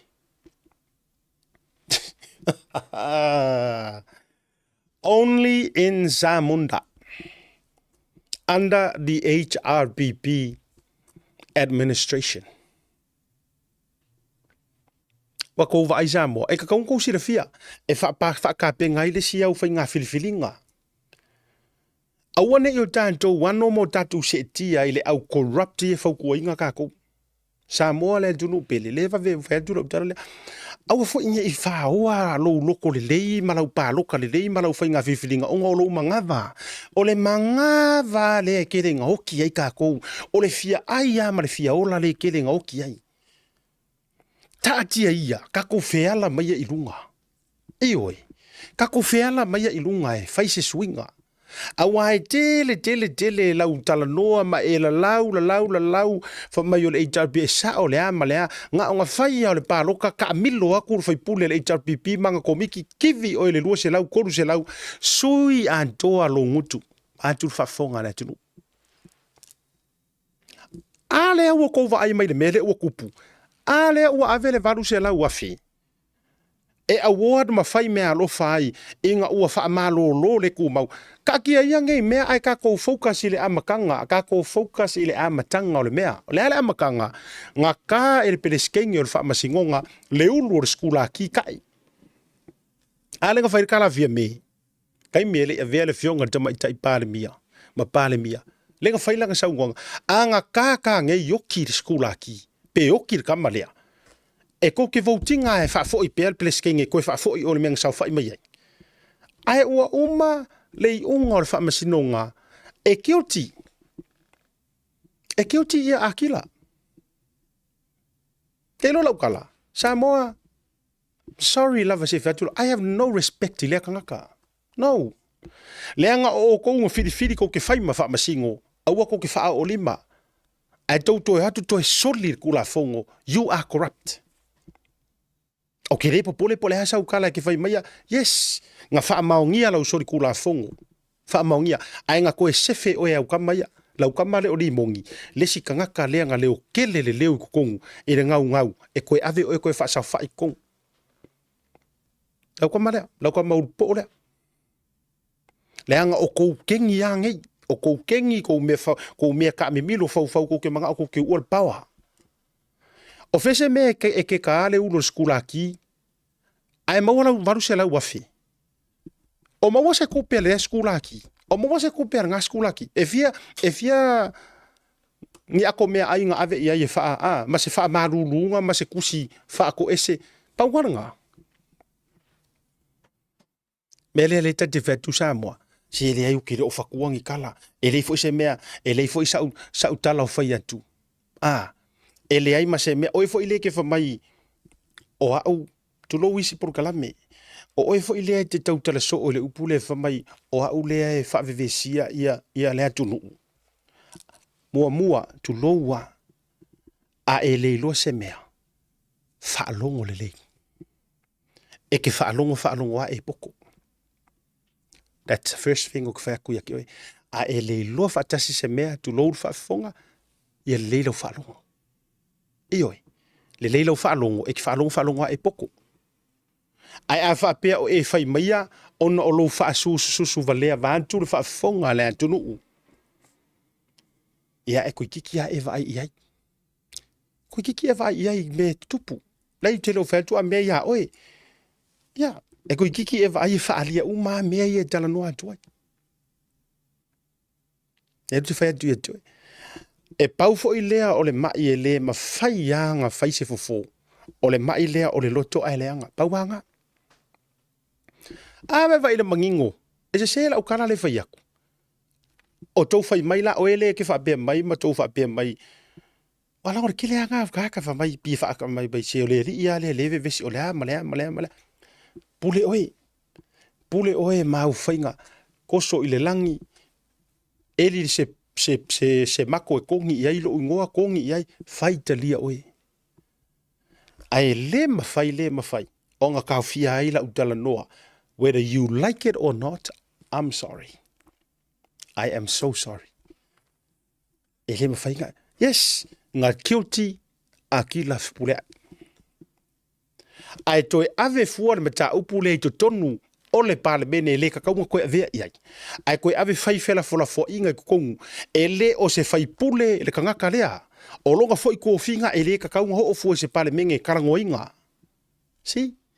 Ai nga faa poro kiki e kuila epa le melea. Leanga o le kama kuila epa. Kako woi mea sasau. O le kama stui.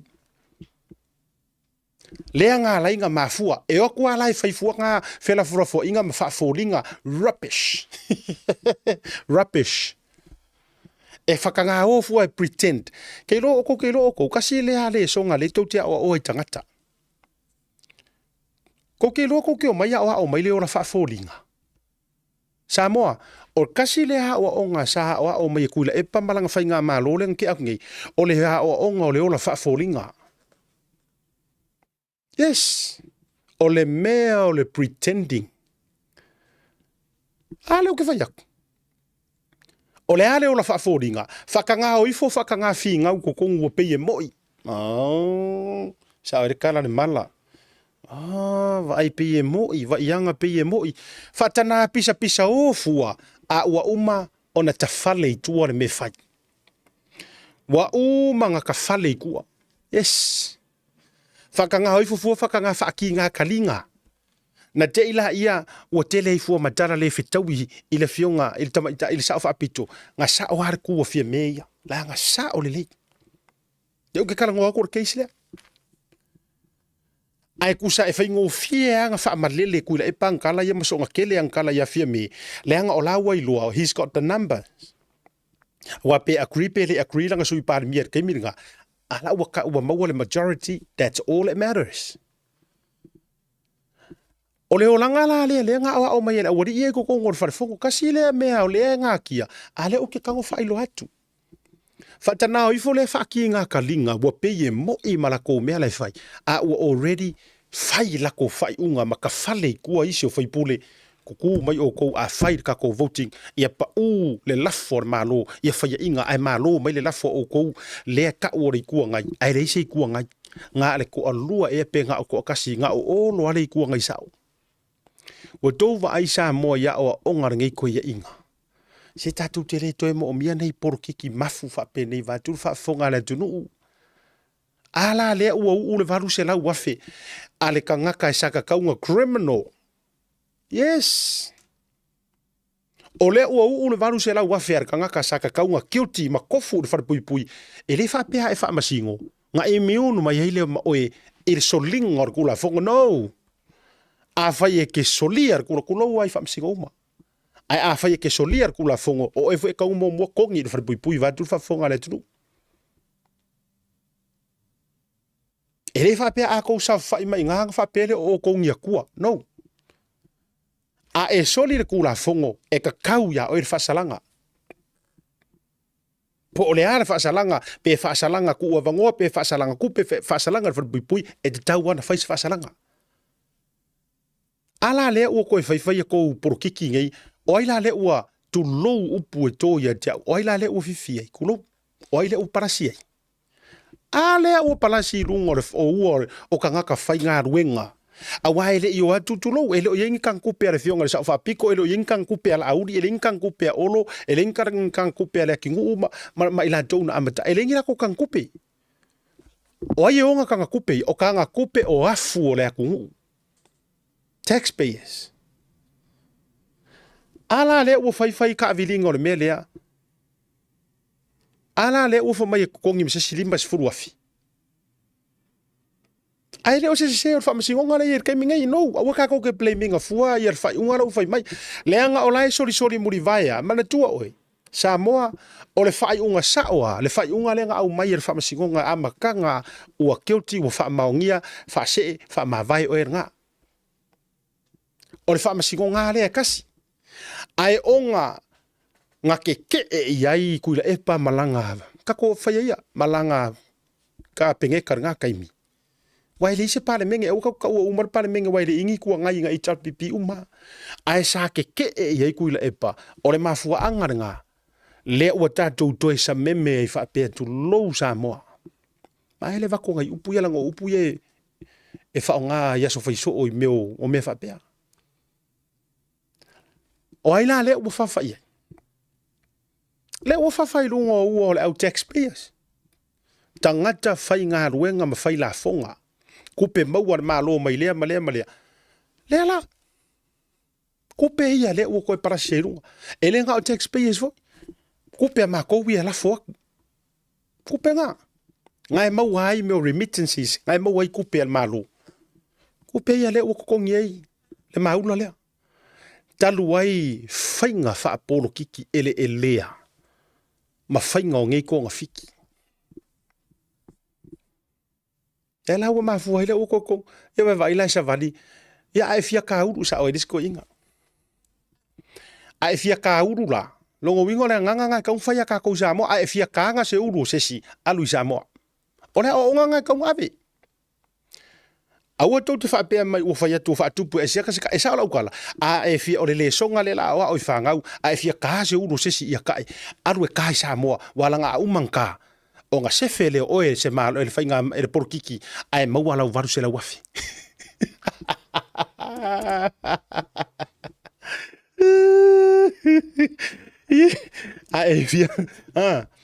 A e fia kauru alu e ke kakauru Samoa ka fio lai le anga o le neitu ai ngā whaataita inga na whai e ngei kai. Ai a ngofo mai ngei matalatala noa pe e alofa i le antunu. I'm telling you, it's all rubbish. O le mea mongianga, whether we like it or not, a e fia ka se uro sesi ia kae kuloua, you can do that in Samoa. As long as makwa you are a prime minister's boy or girl or whatever, yeah, o oi or kama a amiale, ngai harule ke kakauru Samoa, you are safe. Even if it's corruption or corrupted to the max, you are safe, bro.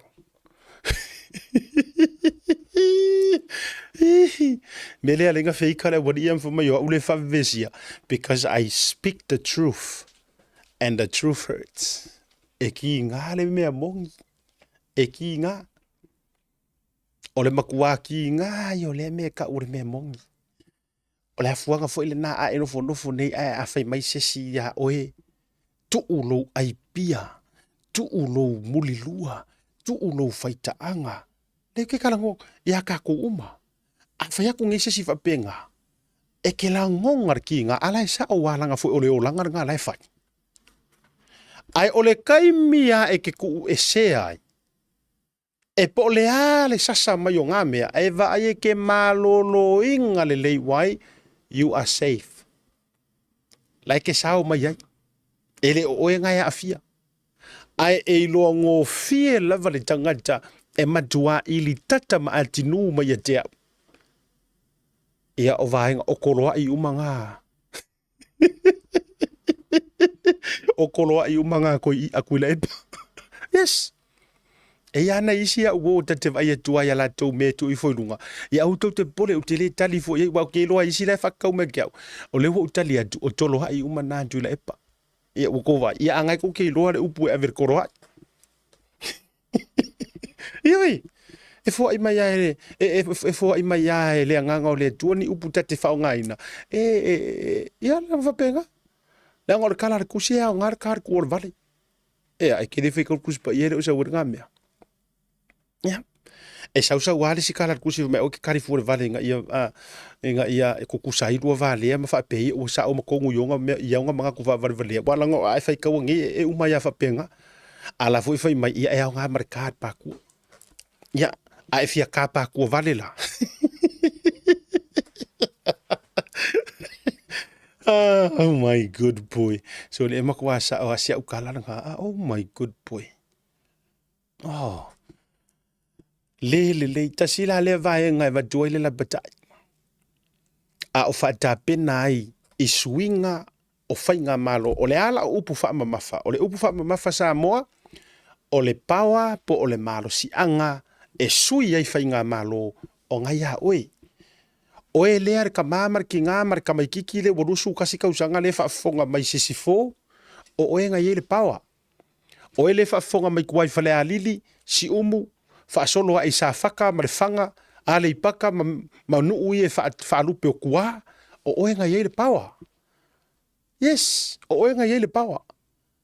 Awa e le ango ma la laulo kou makikiva, la laulo ka kou ai valea, la laulo ka kou kakaa, la laulo tātou lea o onga, lo tātou pangota, lo tātou wa lava le tau oloa. E la lau, lima kausanga o la lau e la wari ia ka kou. Whaafonga le lei mai a Samoa.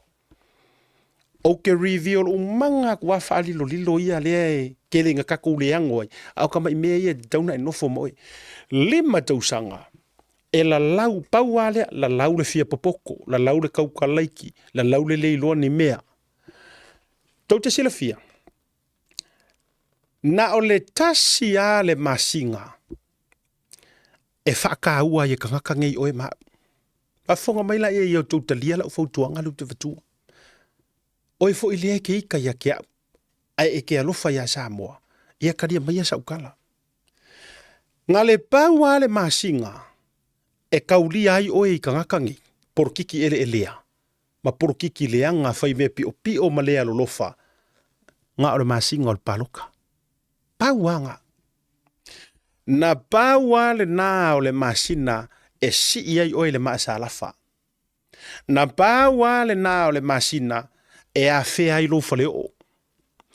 Ngā pau a le ngā o le masinga e longa ai kula ngā pau i lo au wara ngā lue. Ngā pau a ngā o le masinga e mawhainga sau whai ai ka ngaka le il kokongo o lo whalapapa.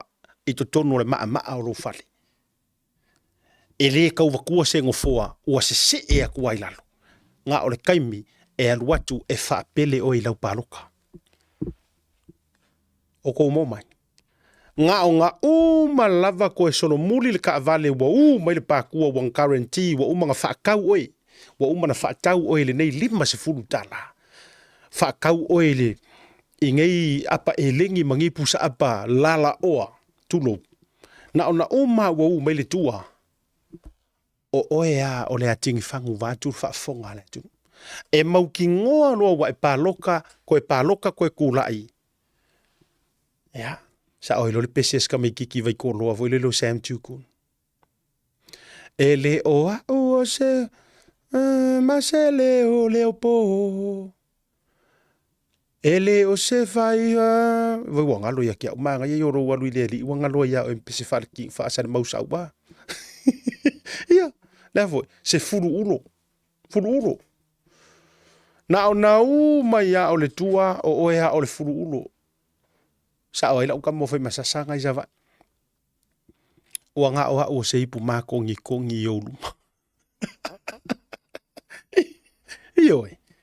Me la lea u te whaamanatu ma u whangu atu Samoa a wana i toi whaavale a tātou e nei tangata. Believe in your heart that you hold the power.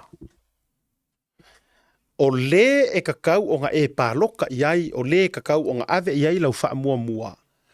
O le sa manga kuainga oe, o le e alofa iaki oe, o le ngā ke whaia le whaamaungi. Pauanga. Ai a whaia ke le i vaai i le ngei kangaka. E te le i loa fo i ai ngā o folanga wa whaiso. Presi ngā mea manga ia. A e loa ai oe e le alofa. Sepo, kurau. I am talking as well i kangaka i fast. Walanga o mātou i whafo. Mātou tele o i loa tele atu po ani ala tau whainga i kukongo o ngu mawhio anga. E le whaapea fo i e avea le whatuatua i le tua sa mo utasi. Ma mea e te alo whanga mai ai fo i lau oesu e mea oe le i kukongo. Langa ki o whaapea mara vaenga lai le mwhenga o karango aku. Lei adeu ki whaasanga aku ia, leu o whaasanga aku ia ka kou pākia le fast. Aua fo i e te whaamalu o le whatuatua o le vaenga whaupu whai. Wa e whaapea wa e malu. Wa cover, you are covered. No. Ia. Lana. Leu o whai atu. Aua foi nei e se tia ma whaapea mai, ia, e koe kufo le fast, o koe, yes, e toe tū le fast, but the question is, e ke koe ku. O e lea e ke ka alo leanga, fo ia le ke kukongo le fast, walanga e fo i male au ka alo leanga, e su e ana o mea la tau ainga, e su e lava na o mea, ai whako arifu fo i koe ka kope, ma koe ka whale ngai ka ngaka, ma whaapea mai, tu e mai a sea wanoa langa e te tau leai. Leai. No. Ale te whai atu. Aua ne e se tia ma e a mai a fo i le ngoa o le whatua tua i le tua sa mo uatasi. E ke lafi mai ai pei o le lafi a yuka. Ngā whiu a yuka e lafi kongos fulua o so o ngā filifilia Yesu na mātila tila ale va ai a Yesu. Ngā whiu fo i pēkelu e fia kama a ami ma fia right hand man i a Yesu, ngā i loa Yesu e ke whaafiki. o le tualalu fo ila lea ma le lui. O le lui mo oe lea i kei kokongu o le malo, oe le faipule alofa i kangaka. Alofa i kangaka ngā lainga vatu oe te alatu. Ia e alofa i tangata. Milionga marporokeki o lou maua aranga. Ioi. Pai fai ngofi. Awa e to tonu na wa vatu poroketi. O le ala lesi me ke woli ai. O koe ka walu ai sau kupe. O to e tau sau ai se me i lautanga. All you need to do is do it right. Do it with honesty. And first and foremost, do it with love. A o le alofa e sili i mea umangai. Ko vai o ko iei. Pe e ke fai mai e ke kaukala i nganga kangaka a koa maangelu. Pe e ke fai mai ngā o ngā e wala au a kuale lea i ile le maunga ua mafuli. Pe e ke fai aku ma mango uma vao. Pe e ke fai aku pe le sami. Ai a ungo e male alofa e whaakusa oe ile su me palo kankangi male apa me ka aliri. Tato atu malolonga. A foi mai. Tato me ia tulisi tato isu.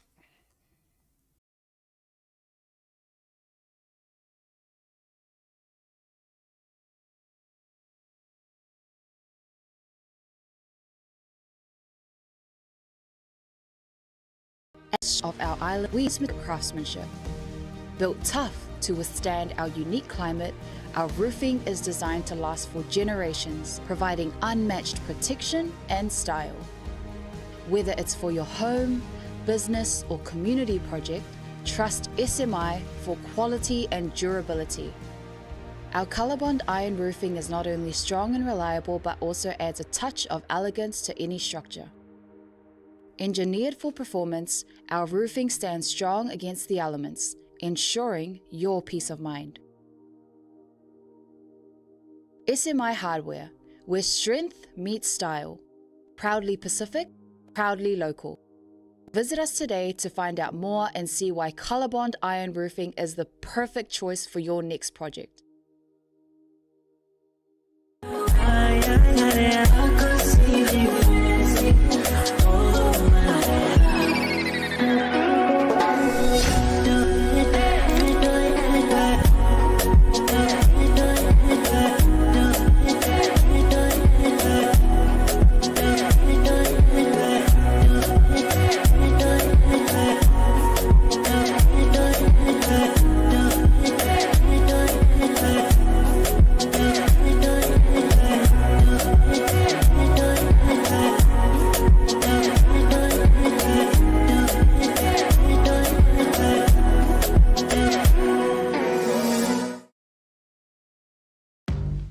The Color Shop in Matavele can brighten up every aspect of your life, from interior to exterior. You can change the look of any project you have, from auto to home, around the yard, and everywhere else. Bring color to life with our selection of the best paint. Come check us out, because we're more than just paint. We got bush knives and a whole lot more. We're the folks that will help you kick that drab right out. So come into the Color Shop in Matavele. Call us on 25577 or 21527. Drop an email to cs.creston@gmail.com.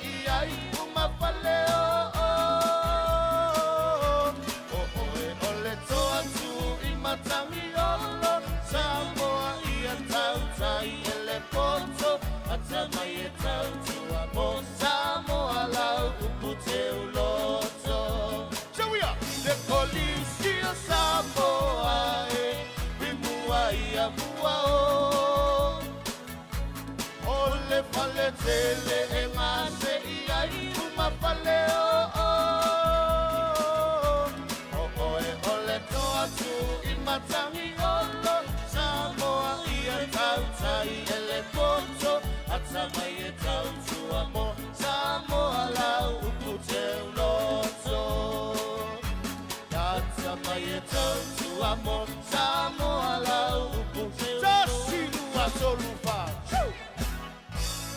Jamiro Wajile o joy se furu mari 4 minuto ntara le tula e ono le chau fa wa Blue TV be ser por club le chau ya el niva ngol le fiafi ai ole na le vai nga tau o te mana o joy fa mana tu ma joy fa fangu e anti o esa mo le tu no pele ai mai se o tanto o tu no u Samoa tato uma le ole apalota mole io e kau ki ro wai o tau sanga me vave o fu tau fa pele te dai ai le avatu na no fo le ma oi te sila ke lola ukala wo utali tonu le melea o so se mea fai fa ko nga fiki o le tangata fo ilea e fia le melea o le fa kau o langa paloka ma le ola tau fa avalea o la utala le u te fai atu e te fiu e fai o na o se ele malia vai yes e ke fiu e fai le namea e na o se ele malia vai a fai ua leva na fai atu le musumusunga le atua ia te oe sui ia lau paloka wa fia au kausanga o le fai pule lea a ua maua ea ua sui ea se kako umuku ka wako le fafonga le liro o vatua renga ngana fa fai ngofia ua sui ea se kako whakaipu talu ona tu mai le tātou sui lea a ua fia se furu kausanga nga o le fe sui yange wo o ai langa fa nga wele I fayangi la isenge wa fe o ia e ka avare ke kele Land Cruiser Prado fa penga so le nga e mau mea I marka nga kai le mea le pe e aru paro pe e kur kofi le o ta ua tua so ia tau te whatanga matitiva Samoa let me clarify this o le whakanga makiki vai o le wadi e o le paroka le whamai e ku mai. So ia tu una mea o le tau whase. Ko unga mea o kau whase le o whai atu. E te leo tau tutongi. Ngai ke le. Wha popo iai makou la piki. Ia. Wha popo iai makou la piki. Wha popo iai makou kongkalake. Nga kou o aku kongo e lengi kou kongkalake. E lengi kou pisingisi kou ke lei rua whaingi pisingisi kou ke lei rua whaingi kongkalake. Wa umana mau mea.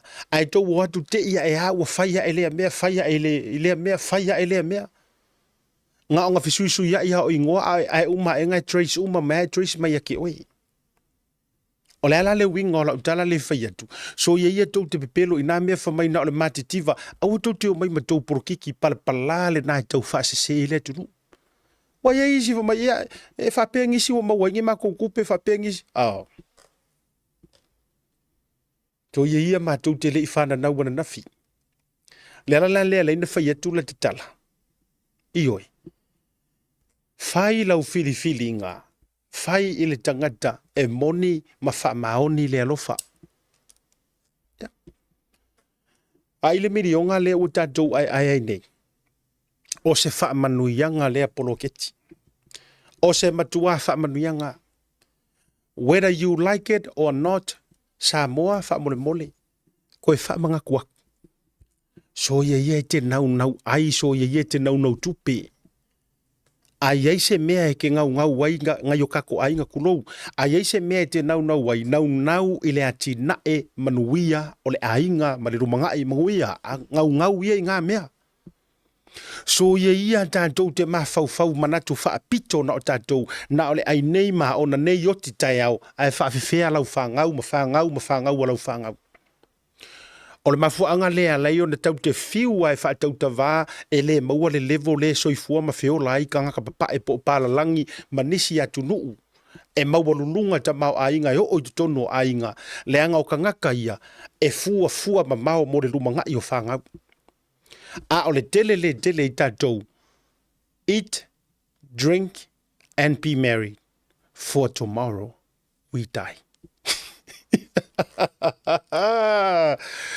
Paua leo le mea le kako ke sasango iai.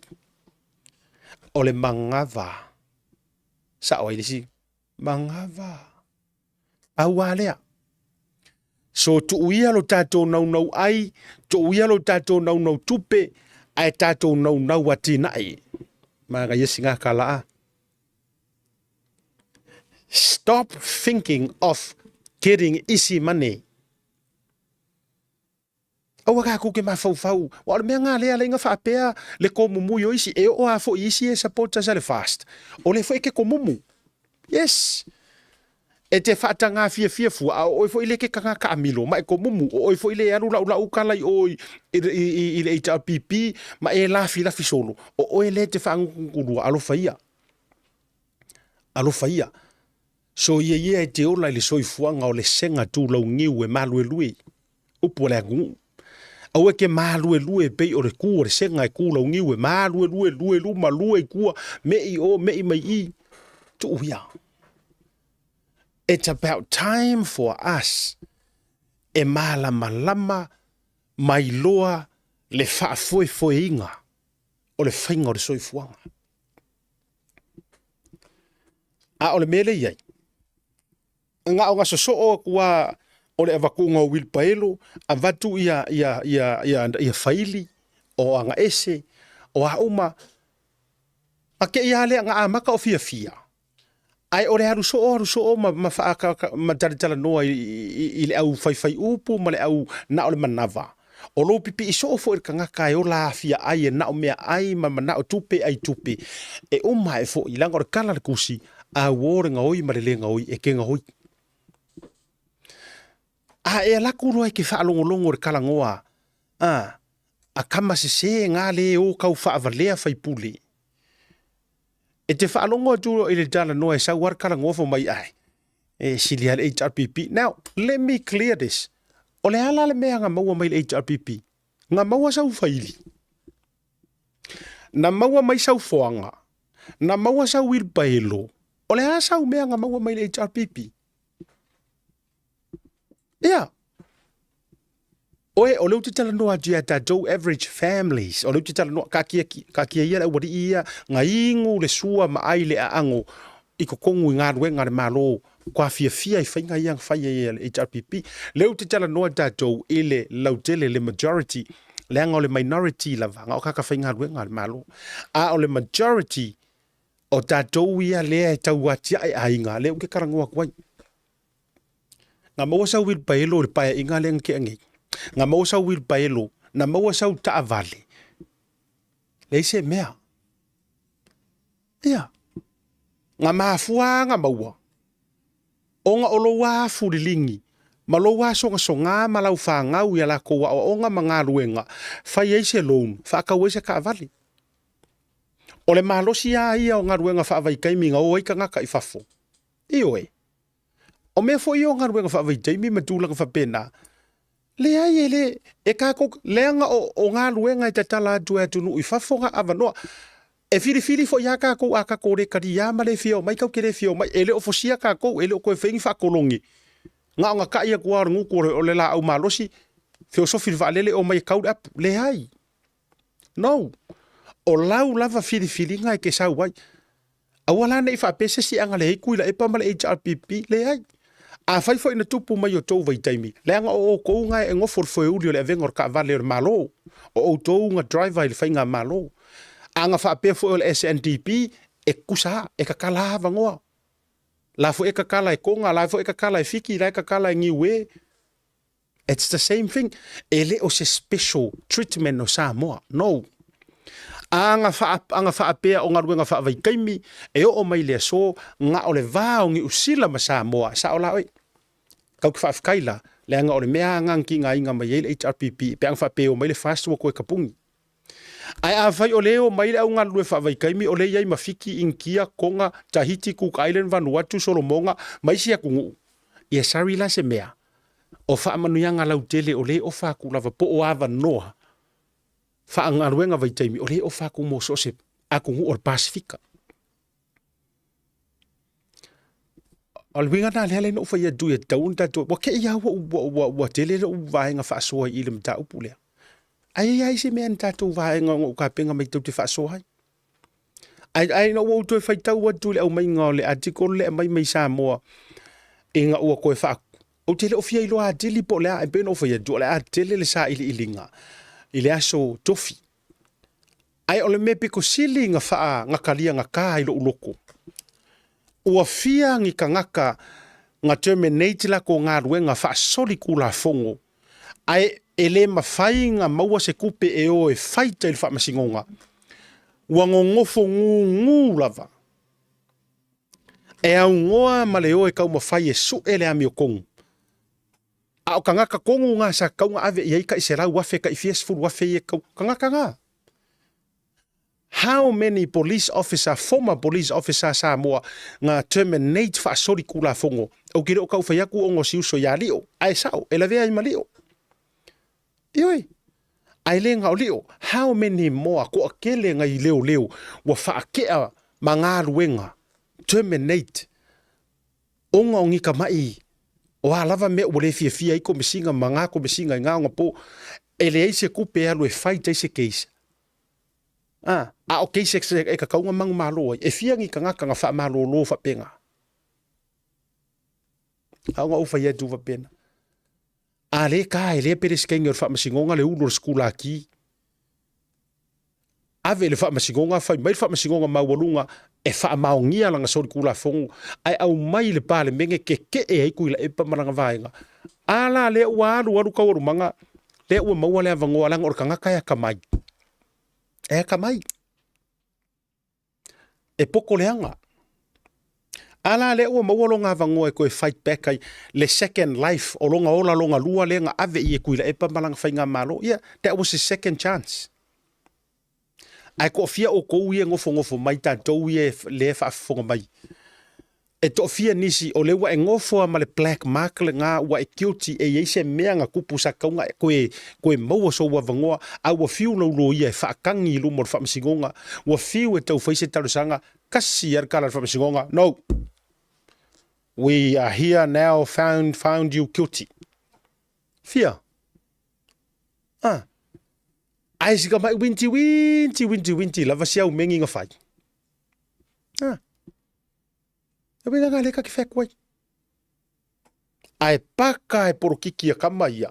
Me milo mai ala le upei e malo le valu se lau afe. Ale o pei i aile.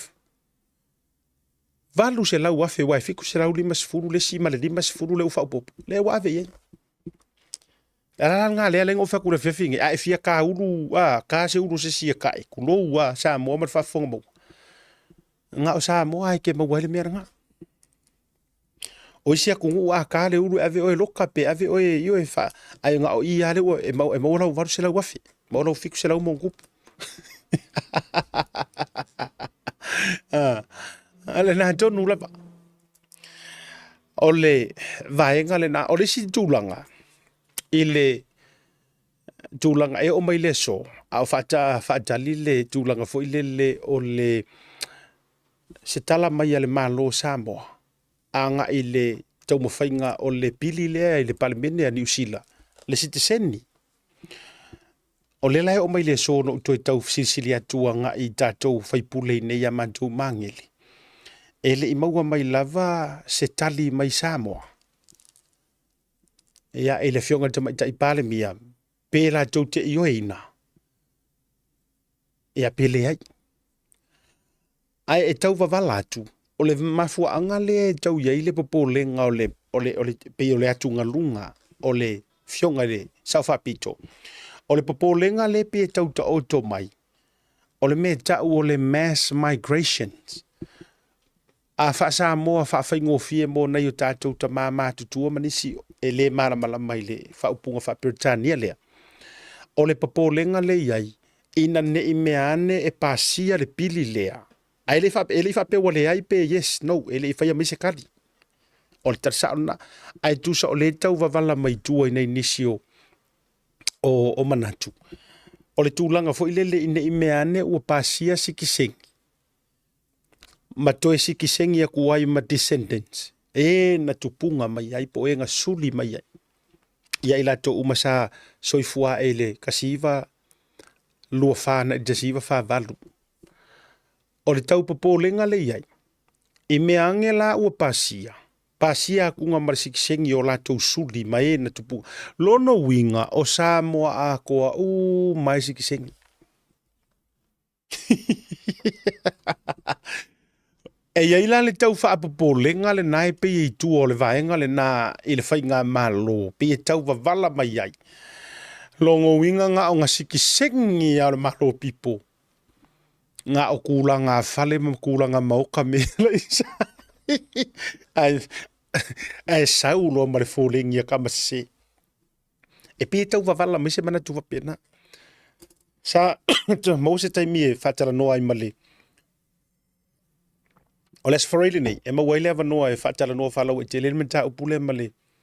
Fionga le tamaita i whaipule a mātou mangele. Aina mo se taimi mati tala noa ai whasamsama noa i la sona nafi.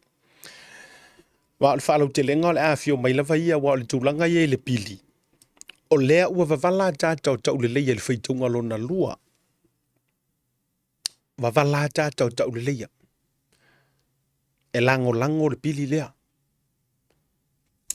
But again, e toi whai atu se whalau te lenga. Ai, o le kala le whai aku, e wavala mai anta i te tonu a ia. Ai, o le aunga au tū a ma le aunga o au te. O se kali mai ar kako whai ngā mālo i Samoa. Ioe. A wālanga a pasi makulanga whapenga. Ai, e keke e mai le whai ngā mālo whateita inga. Ia. O inga la lela ia ile te le i ole. O le vala e ono fia whaamanino. O le tūlanga la lea pe e tau wavala mai. O le tau mawhai ina ia pasia le vaenga fo i lele. Nga oe nga soifua mai i le kasiva rua wha, a nga i le kasiva wha valu, pau ngā. Tu sai peila e atangia mai, o le vaenga le nā, le tau ave i ai le wha mua mua. Ai tā ofi le vaenga fo i lele ma descendants. Ia. Ai a wha apea e alu a koa le mea lea e sikisengi e nga whaanga ngau pe soifua mai tasiva lua whaanga le tasiva wha valu. A doa mai na suli mai ai. Ia wakako kiro lola. Ile masi, ile wai e ngofo mauma. Now, o le fesili la leu te fia fesili a dua i sofina ngalo lau tele. Balanga lau te tadjara no wha lau e tele. E ke kalikong. E kupu lea mea o leo mai o Samoa ngofo ingi usila. Ai te ia ilo tātou watunu umo tātou whaasino manga. What do you think? Te mega so finga ngalo. E te io ina ma e tali tonu ina e mongi le pe a whaafea o le tau whaafea fefe lea po le whaapole pole lea. O lea ta oto i whai ngā malo. I ne i mea ane. Ua siki sengi malava kākou. Walangai, e lea se sa moe le o soifua marikaimingi. Ele i ola songa ka mama songa ki ngā tulo. I le vai taule o le tasiva lua whaanga, le tasiva whaavatu.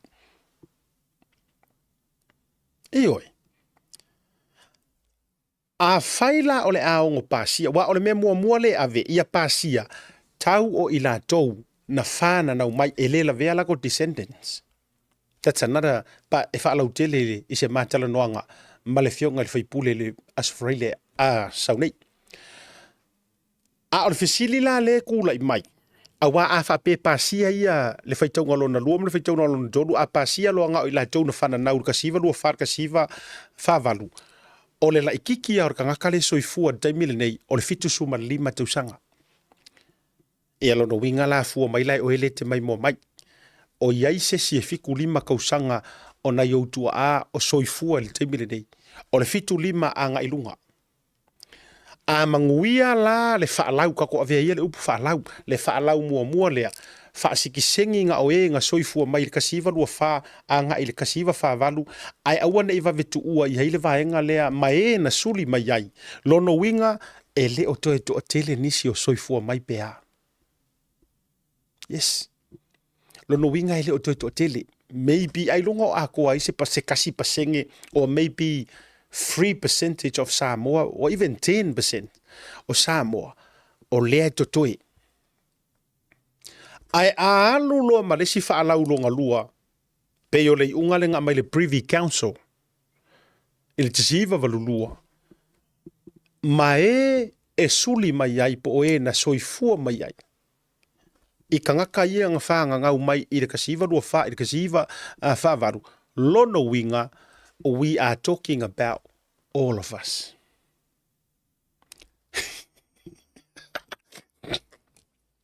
Sa oi lo le ngangor mako fia o nga la ule ka ua kua. Nga sa vali marka maroa. Vai o nga mes. Sa vali marka maroa.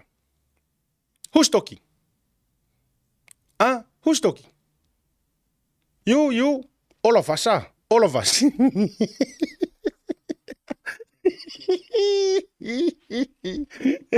Kamawea ngangua mako e kadianga ia. Ne kura ka maroa e upui mangava mare I e fusiru. Who's talking? Who's talking? You? Or all of us? Isuri. Wa misiare all of you. Wa misiare all of you. Ole melanga le la maua. Kusa akalia loa mapasia na tasiva loa fa tasiva fa. No winga you ele to telefone you.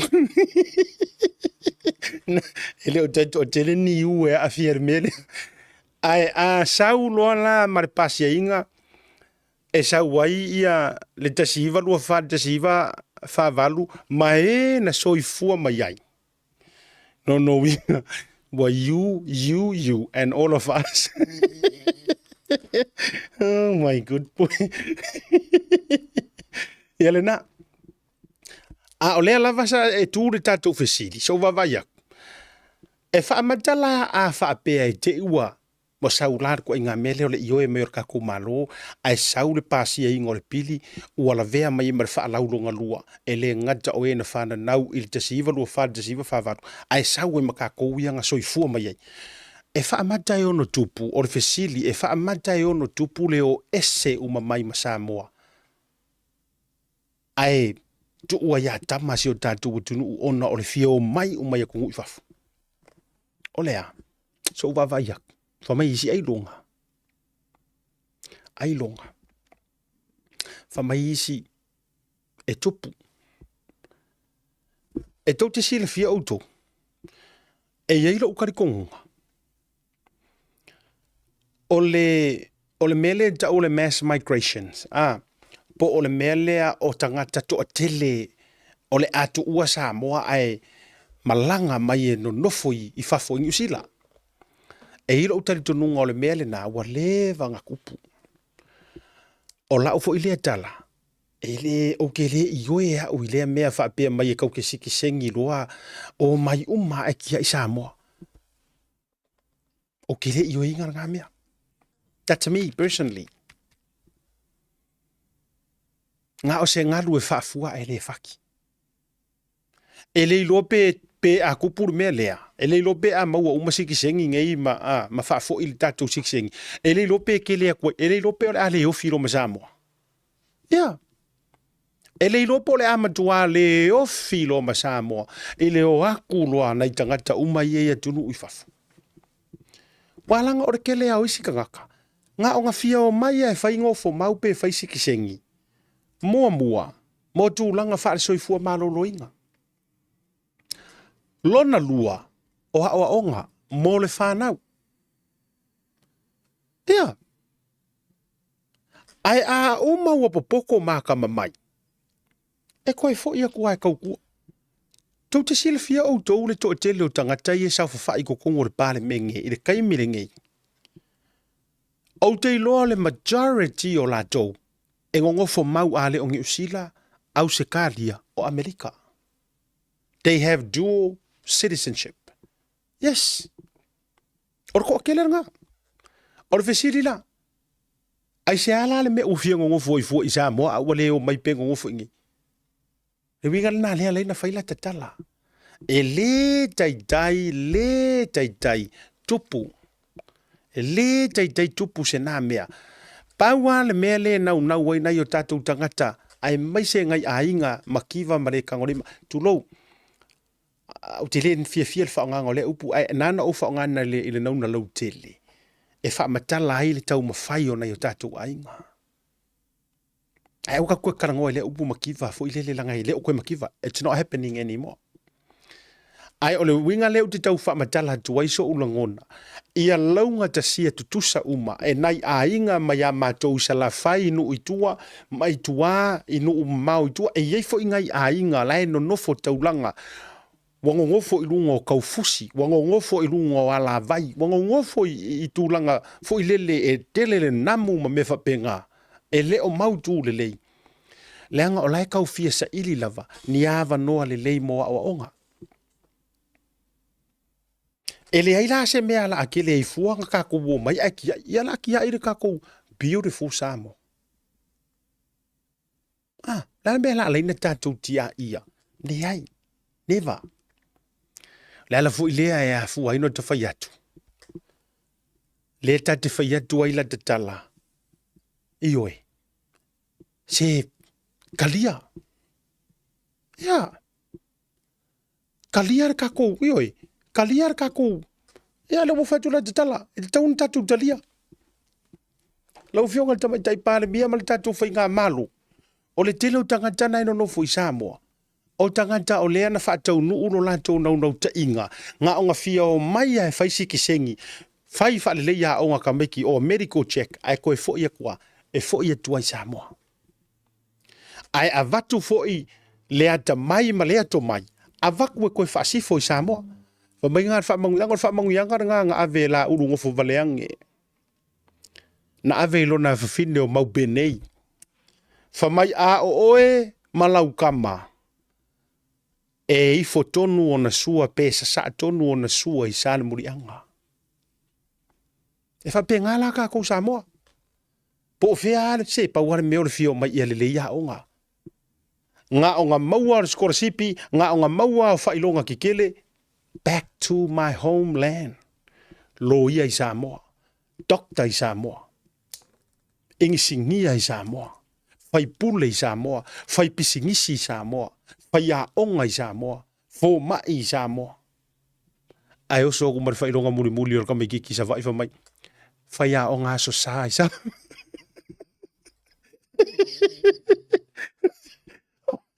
Hola se lewa. Hola se lewa ngā ku uale a inga. Lewa na tu uale a inga. Mamalanga mai e sa iri mangui. Ai fo ia kura u kama manantu Samoa. Fo ia kura kama alo i Samoa. Sorry, ora ale mea lau mo voice kama o natu Samoa. Tau ngā ale mea lau whaakaur whanero ko i ngama. Ea. Whaia o ngā sa. Sunday school teacher. Oh my good boy. Natu. E mai ka ko ia lai mai mo la ko. La ngor ko inga iri kau su la falau i. A oso i mea kau ave pasi or kamamatu. A o i mea kau o e vanga ele mau sesi. A o mea kau or ko o marifue. Or ka malo ai. E ngor ku move ka like. E vai ka ko i. Tu mai le me tau tamai tai. E wha maoni lon to rua. E la ngofo ma ke wapia. E se mai nge wisa kala. Nei, au le winga le ute whai atuai. O te le tali tonu au. E le nātu ai ngā tala whapea mai. E umawo ese mai ai aki ai kako aku. No.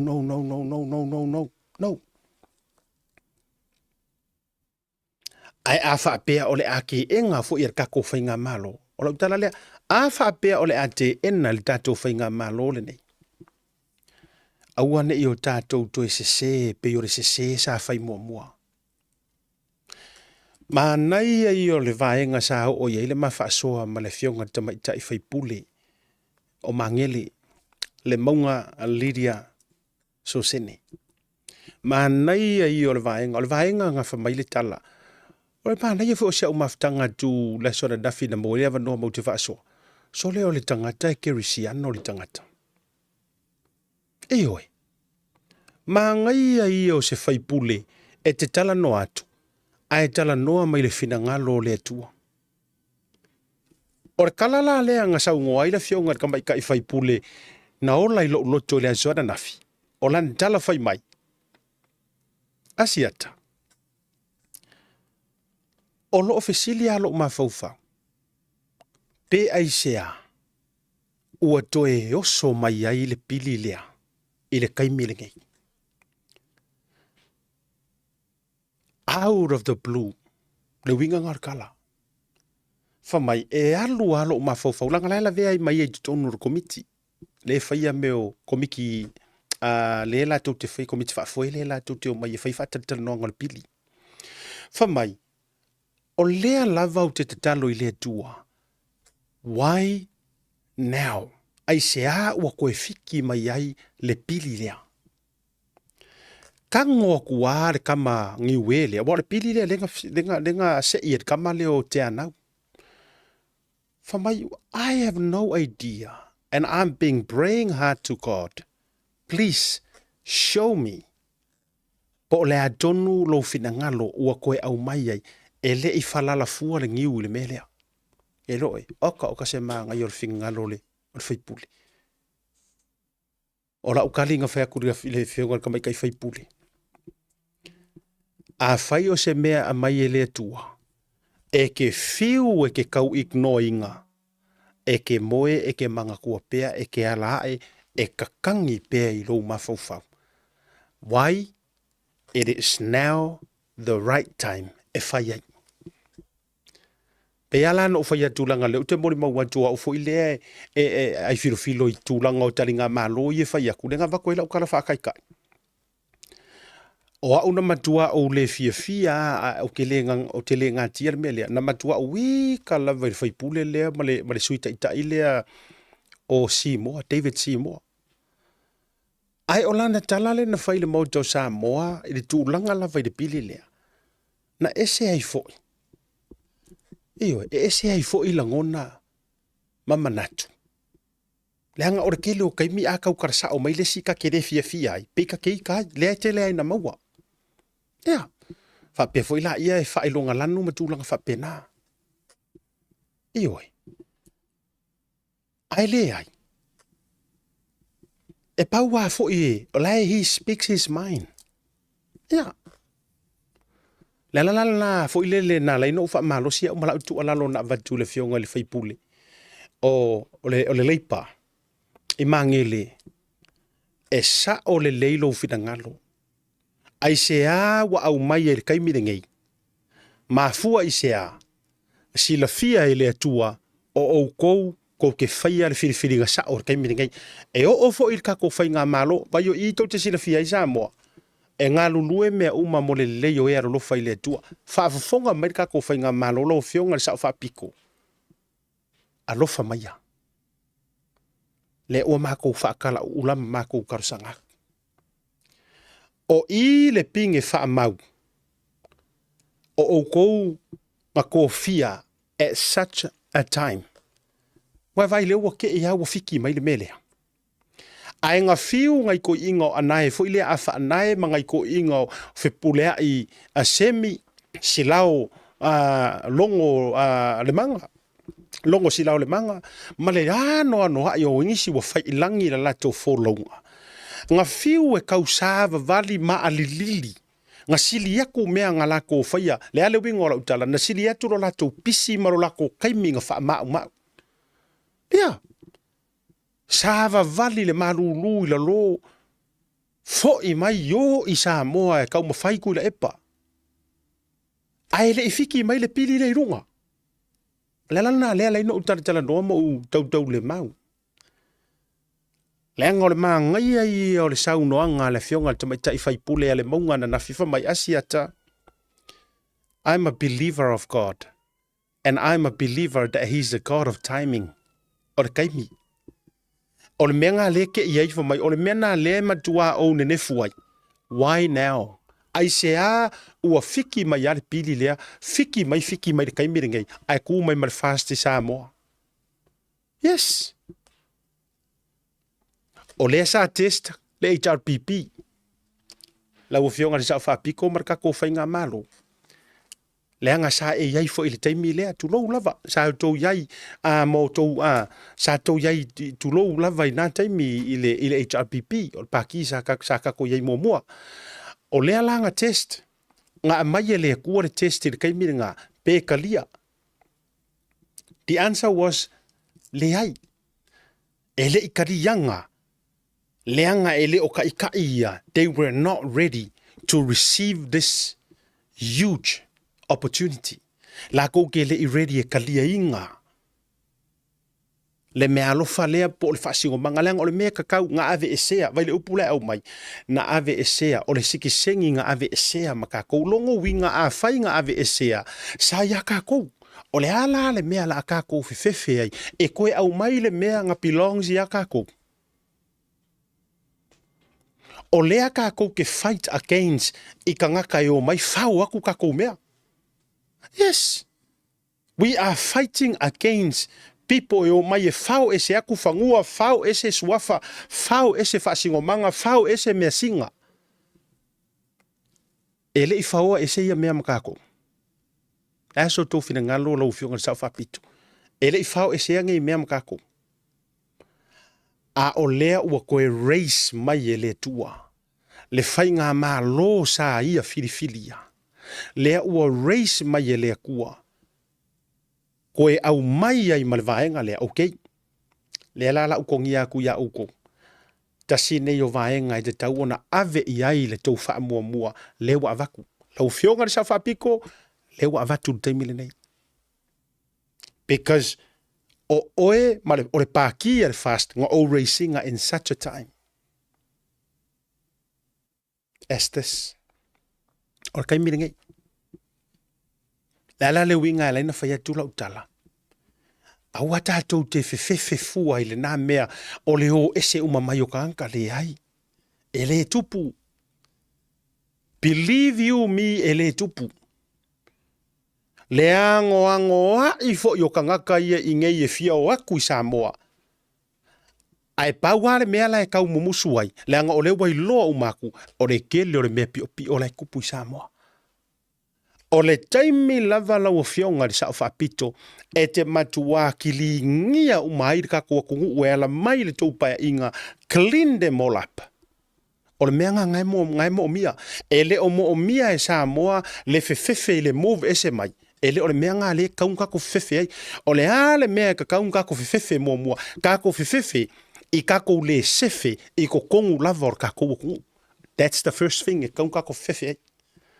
A o se upu I lea mea whaapea mai, kau ke fefefe I nge I move ese ka ngaka, I think that's a wrong priority. Yes. I ala whawhea lang ka ko move, ka ko fefefe, kau ke move ese mai I le nge ia sengi. It's a privilege. Mare ka ko ngongofo, e fefefe a I whainga I e whai ko kongor ka ko wakungu. Yeah. A leo ke ngofo aku, o leo ke iloa le lama la manga ngai lama mai ia usamo. A o leo ku la ile malo. E fai mai o le malo sa filifilia e kangaka whaku e le kua. Ai koi kiki e le aiso kou pawa e ki ngei ai le corruption ngai fai le kaimini ngai. Ai ai la se mea e te tau na ave le wha mua your honor po lau fionga honorable prime minister. Aver wha mua se I runga lea ki lingi ese kamaleanga ngai konga, sack them, fire them, kick them out, whatsoever way. Yes. A oma loa o ngā whai le mea le ngā. E ke sirfia lau fionga le sa whapiko, everyone will start wanted to come back.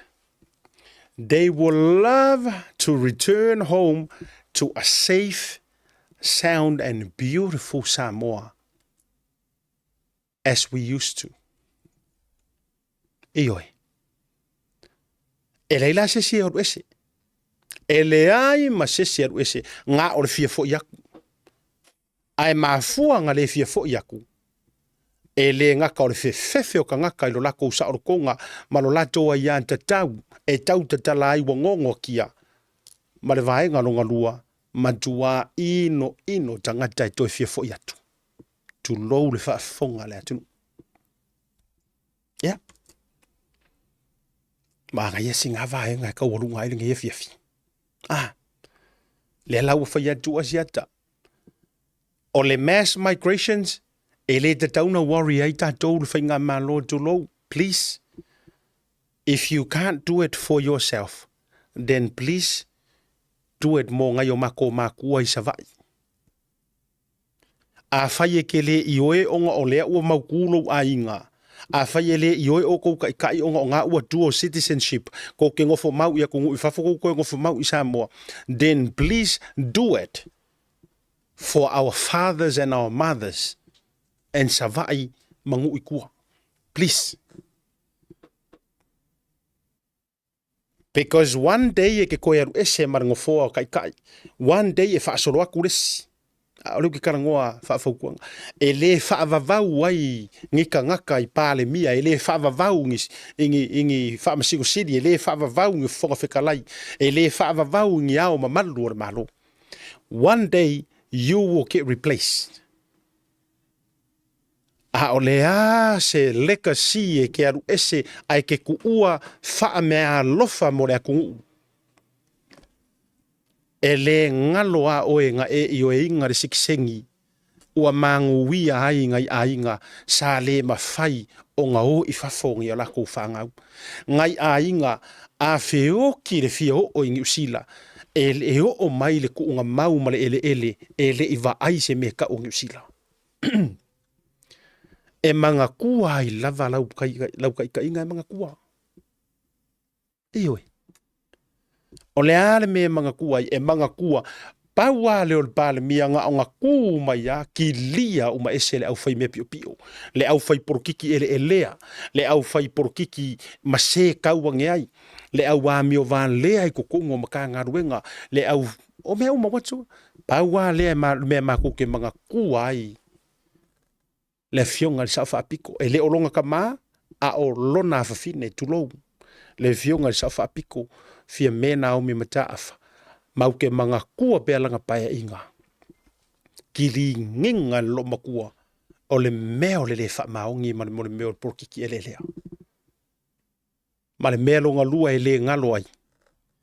E maa kou ke manga kua pea. I le wha manguyanga nga ia I oe inga ma ia kakala inga. E mau hai le sikisengi o ngai ka mama ki ngā maa kukua. Kusa foi pele vave pele I oe le mele o and descendants. At least say yes. E I oe inga le kako whaalau mua lea. Yes. O ngei wa kako ai mea kako ke le inga lue inga. O lea wa kako ai mea e le I malingi e so kako koko kulou Samoa e le I malingi e so kako wafu. Fia ngai ngisi o kua ama ngai ngisi o makua wa malili waku. E le I wa ai nga fia ho o le mea ngei. Wa malili waku. Faya ia ngai ka mama ngai ki ngā o lo o soifua le ngai kaimi. Let them be the recipient. Let them be the receiver. Let them be the beneficial. O koe whaafoi mai o le sikisengi lea. Yes. Yeah. Ai se meto, ai se whailonga kau o loa, e ka kou ke ave whaapale ai ngai ka mama ngai ki ngā le soifua mai ngā whaanga ngau pe soifua e kasiva lua wha, e kasiva wha walu lau fionga le sa whabiko. O le meto lea. Au mai lale ka o oko a purusia I ko whanga mara kau lia o whala. Lae ma mai ma ngase ngase si o ka kōkungu I Samoa. Whake ki e mai ngai ka ngaka le waalele. Ai se si last wish e ave mo la kou. That will be the magical wish. Put them on a plane. Restore their citizenship. O mai ngai e whaile whakaukonga o sikisengi. A o le ale langi e ko mai ma wala au le kua. A kua o ma le mali lie. O ma le mali lie. Ya. Taurunga pokalame, ula va le pokalame le fefi. E ngola utala. Ya, o le tatou pokalame fa pea. E ave ar ka ko alalo, ka ko ke alu I ku lua. E tau te whaafunga mai. Le ai e le o. E malama le fionga le tamaitai pale mia. Ua masangi fo i le fionga le tamaitai pale mia i le kalangoa asiata. O le issue lea o ke take ringa. E le iase me take dai fua. Whaafikai. O le maua le avanoa e malanga i fo le fionga le tamaitai pale mia. Ia i kuinselani fo i le wha moe moe. Tātou te talo fo i mōlana taitainga, tātou te talo mo le whainga mālo, le anga e leo koe whainga o fie, ke le ngai a uowo koe fo i mai manai tangata o le tātou pulkalame. Kau tira fia. Ele stara whapa ole la utala le no whai atu le, a leo la songfua e po le aso whalaile na tēnei. Ma whaasoa mastasi. Mastasi o ta maa malanga mai Samoa. Au le vatuolo na ingoa. Au mai le tala le tamale nei, na o Sofia i lava le loto whaafetai i le tua, ma lo loto fia ma le loto whaanga e tia, ma le malosi e kālongo a kua ia ma faufautua, ma tui atu, ia whaia le amio kongu. Fo mai tala stoi ina lea. Asiata, na o wo mai au te fia mana oe ta watu i ate oe. E leo whaafiki le kenge leo Marie. Marie lea na to oluam Samuelu le whamai Samuelu laka moni mau. Whamai le tala le tamalea. Au te fia o mai e ta watu i ate oe. E leo whaafiki le kenge lea. E langa moni mau. O lae i oe ma a menge.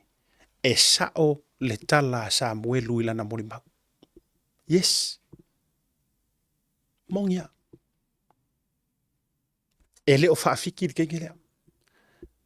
O lae nofo i lalo le va i ngā leo, o lae totongi e leo, le potu lae nofo ai le teine lea, whaatasi ma se leo o lo o ia vaia, si? Ae leo suia langa kali.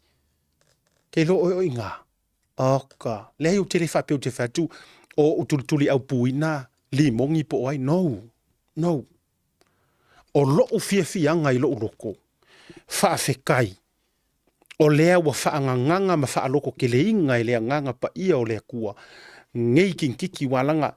A fuari kinkiki lea. O le mokwara ikikia. E la ititi. E whaingo fie o na whaasee. E whaingo fie o na whaafefe. E whaingo fie o na suia. Whaamalosi longa mawhauwhau. Ai o le tala le nā o te whaafetai ai lea tua. Lea o le kouti teos. Ai na o na o longo puia li atu Samoa. Tatu te talo e manga le kakalo, e mana le te talo, tui turi vai, tatu te talo ma tu atu i le tua. A whaifio whaafonga mai le teimile nei. Au ke loe le misiri maka mai.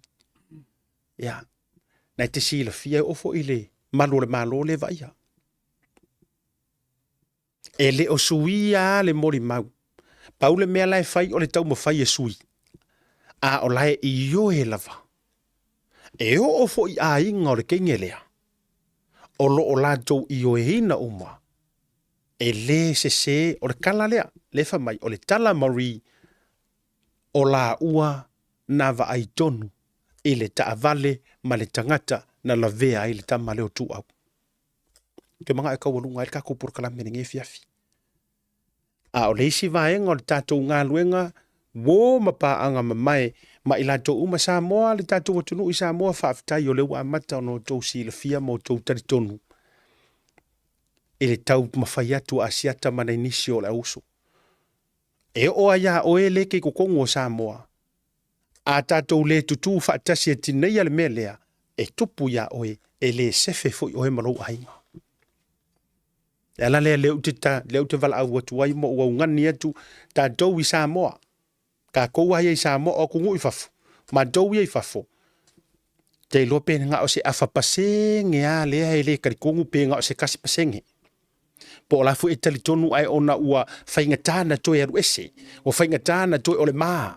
Kasi ngā mele kupu. E irkanga ka ua karikongu ua madua malama iai ona o le tau mawhai atu o le porkalame le tau te iai. A ua maa e toi move.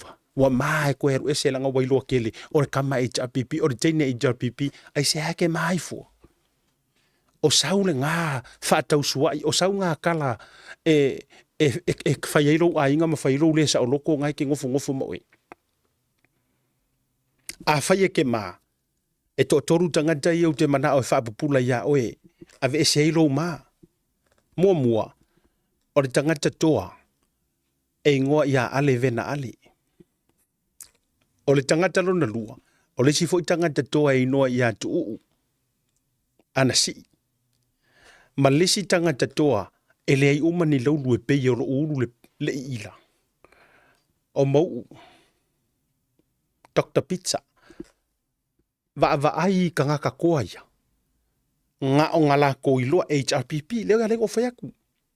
Ai na ona i loa ua lātou le tali tonuina, le taitainga, le taitai, ua force 5 mea kai, ua leonga tasi maia inga, ma taiala na ioe ai le HRPP. Aru ese.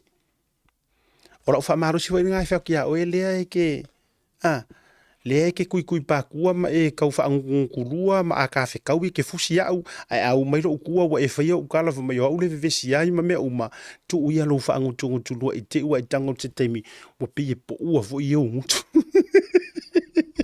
Ia. A whai wa e loa, wa e telitonu. Move. Whai e oele mea sa o malumolo ainga. Ia. A ole mele i ka ko ua le vanga whaiaku le akua e move mingoi. I can't. Because I used to say bad things about the fast. I used to say bad things about Fiame. I used to say bad things about Lauli and Olo and all. See? O ia te whasia i o mafufonga. Ai, o le whaasona ni vanga le viafi. Aise ngana o le tuto marila fui fonga vatele. Asia te wo tō malama i lau whaasoa. Au fo i tātou te popole le pola e moto mai tua. Samoa, na ono au to e taro sangatu. Au te le fia va ai ni tala nai au mai tau whaaleanga ia tea. Please. A e matamata ai, wa e alofa tele ia tea. Whaapasi ma whaatawhea kia iese. Au e te share ina mai, au e te send ina mai ia tea. A e alofa mai fo i na ia sa olo loto awane i wange ise mea ki ngai foro ka loko ma lea ngai fua tā penanga o tātou porokalami. O na wha amalia lea. Au e te toi au maia.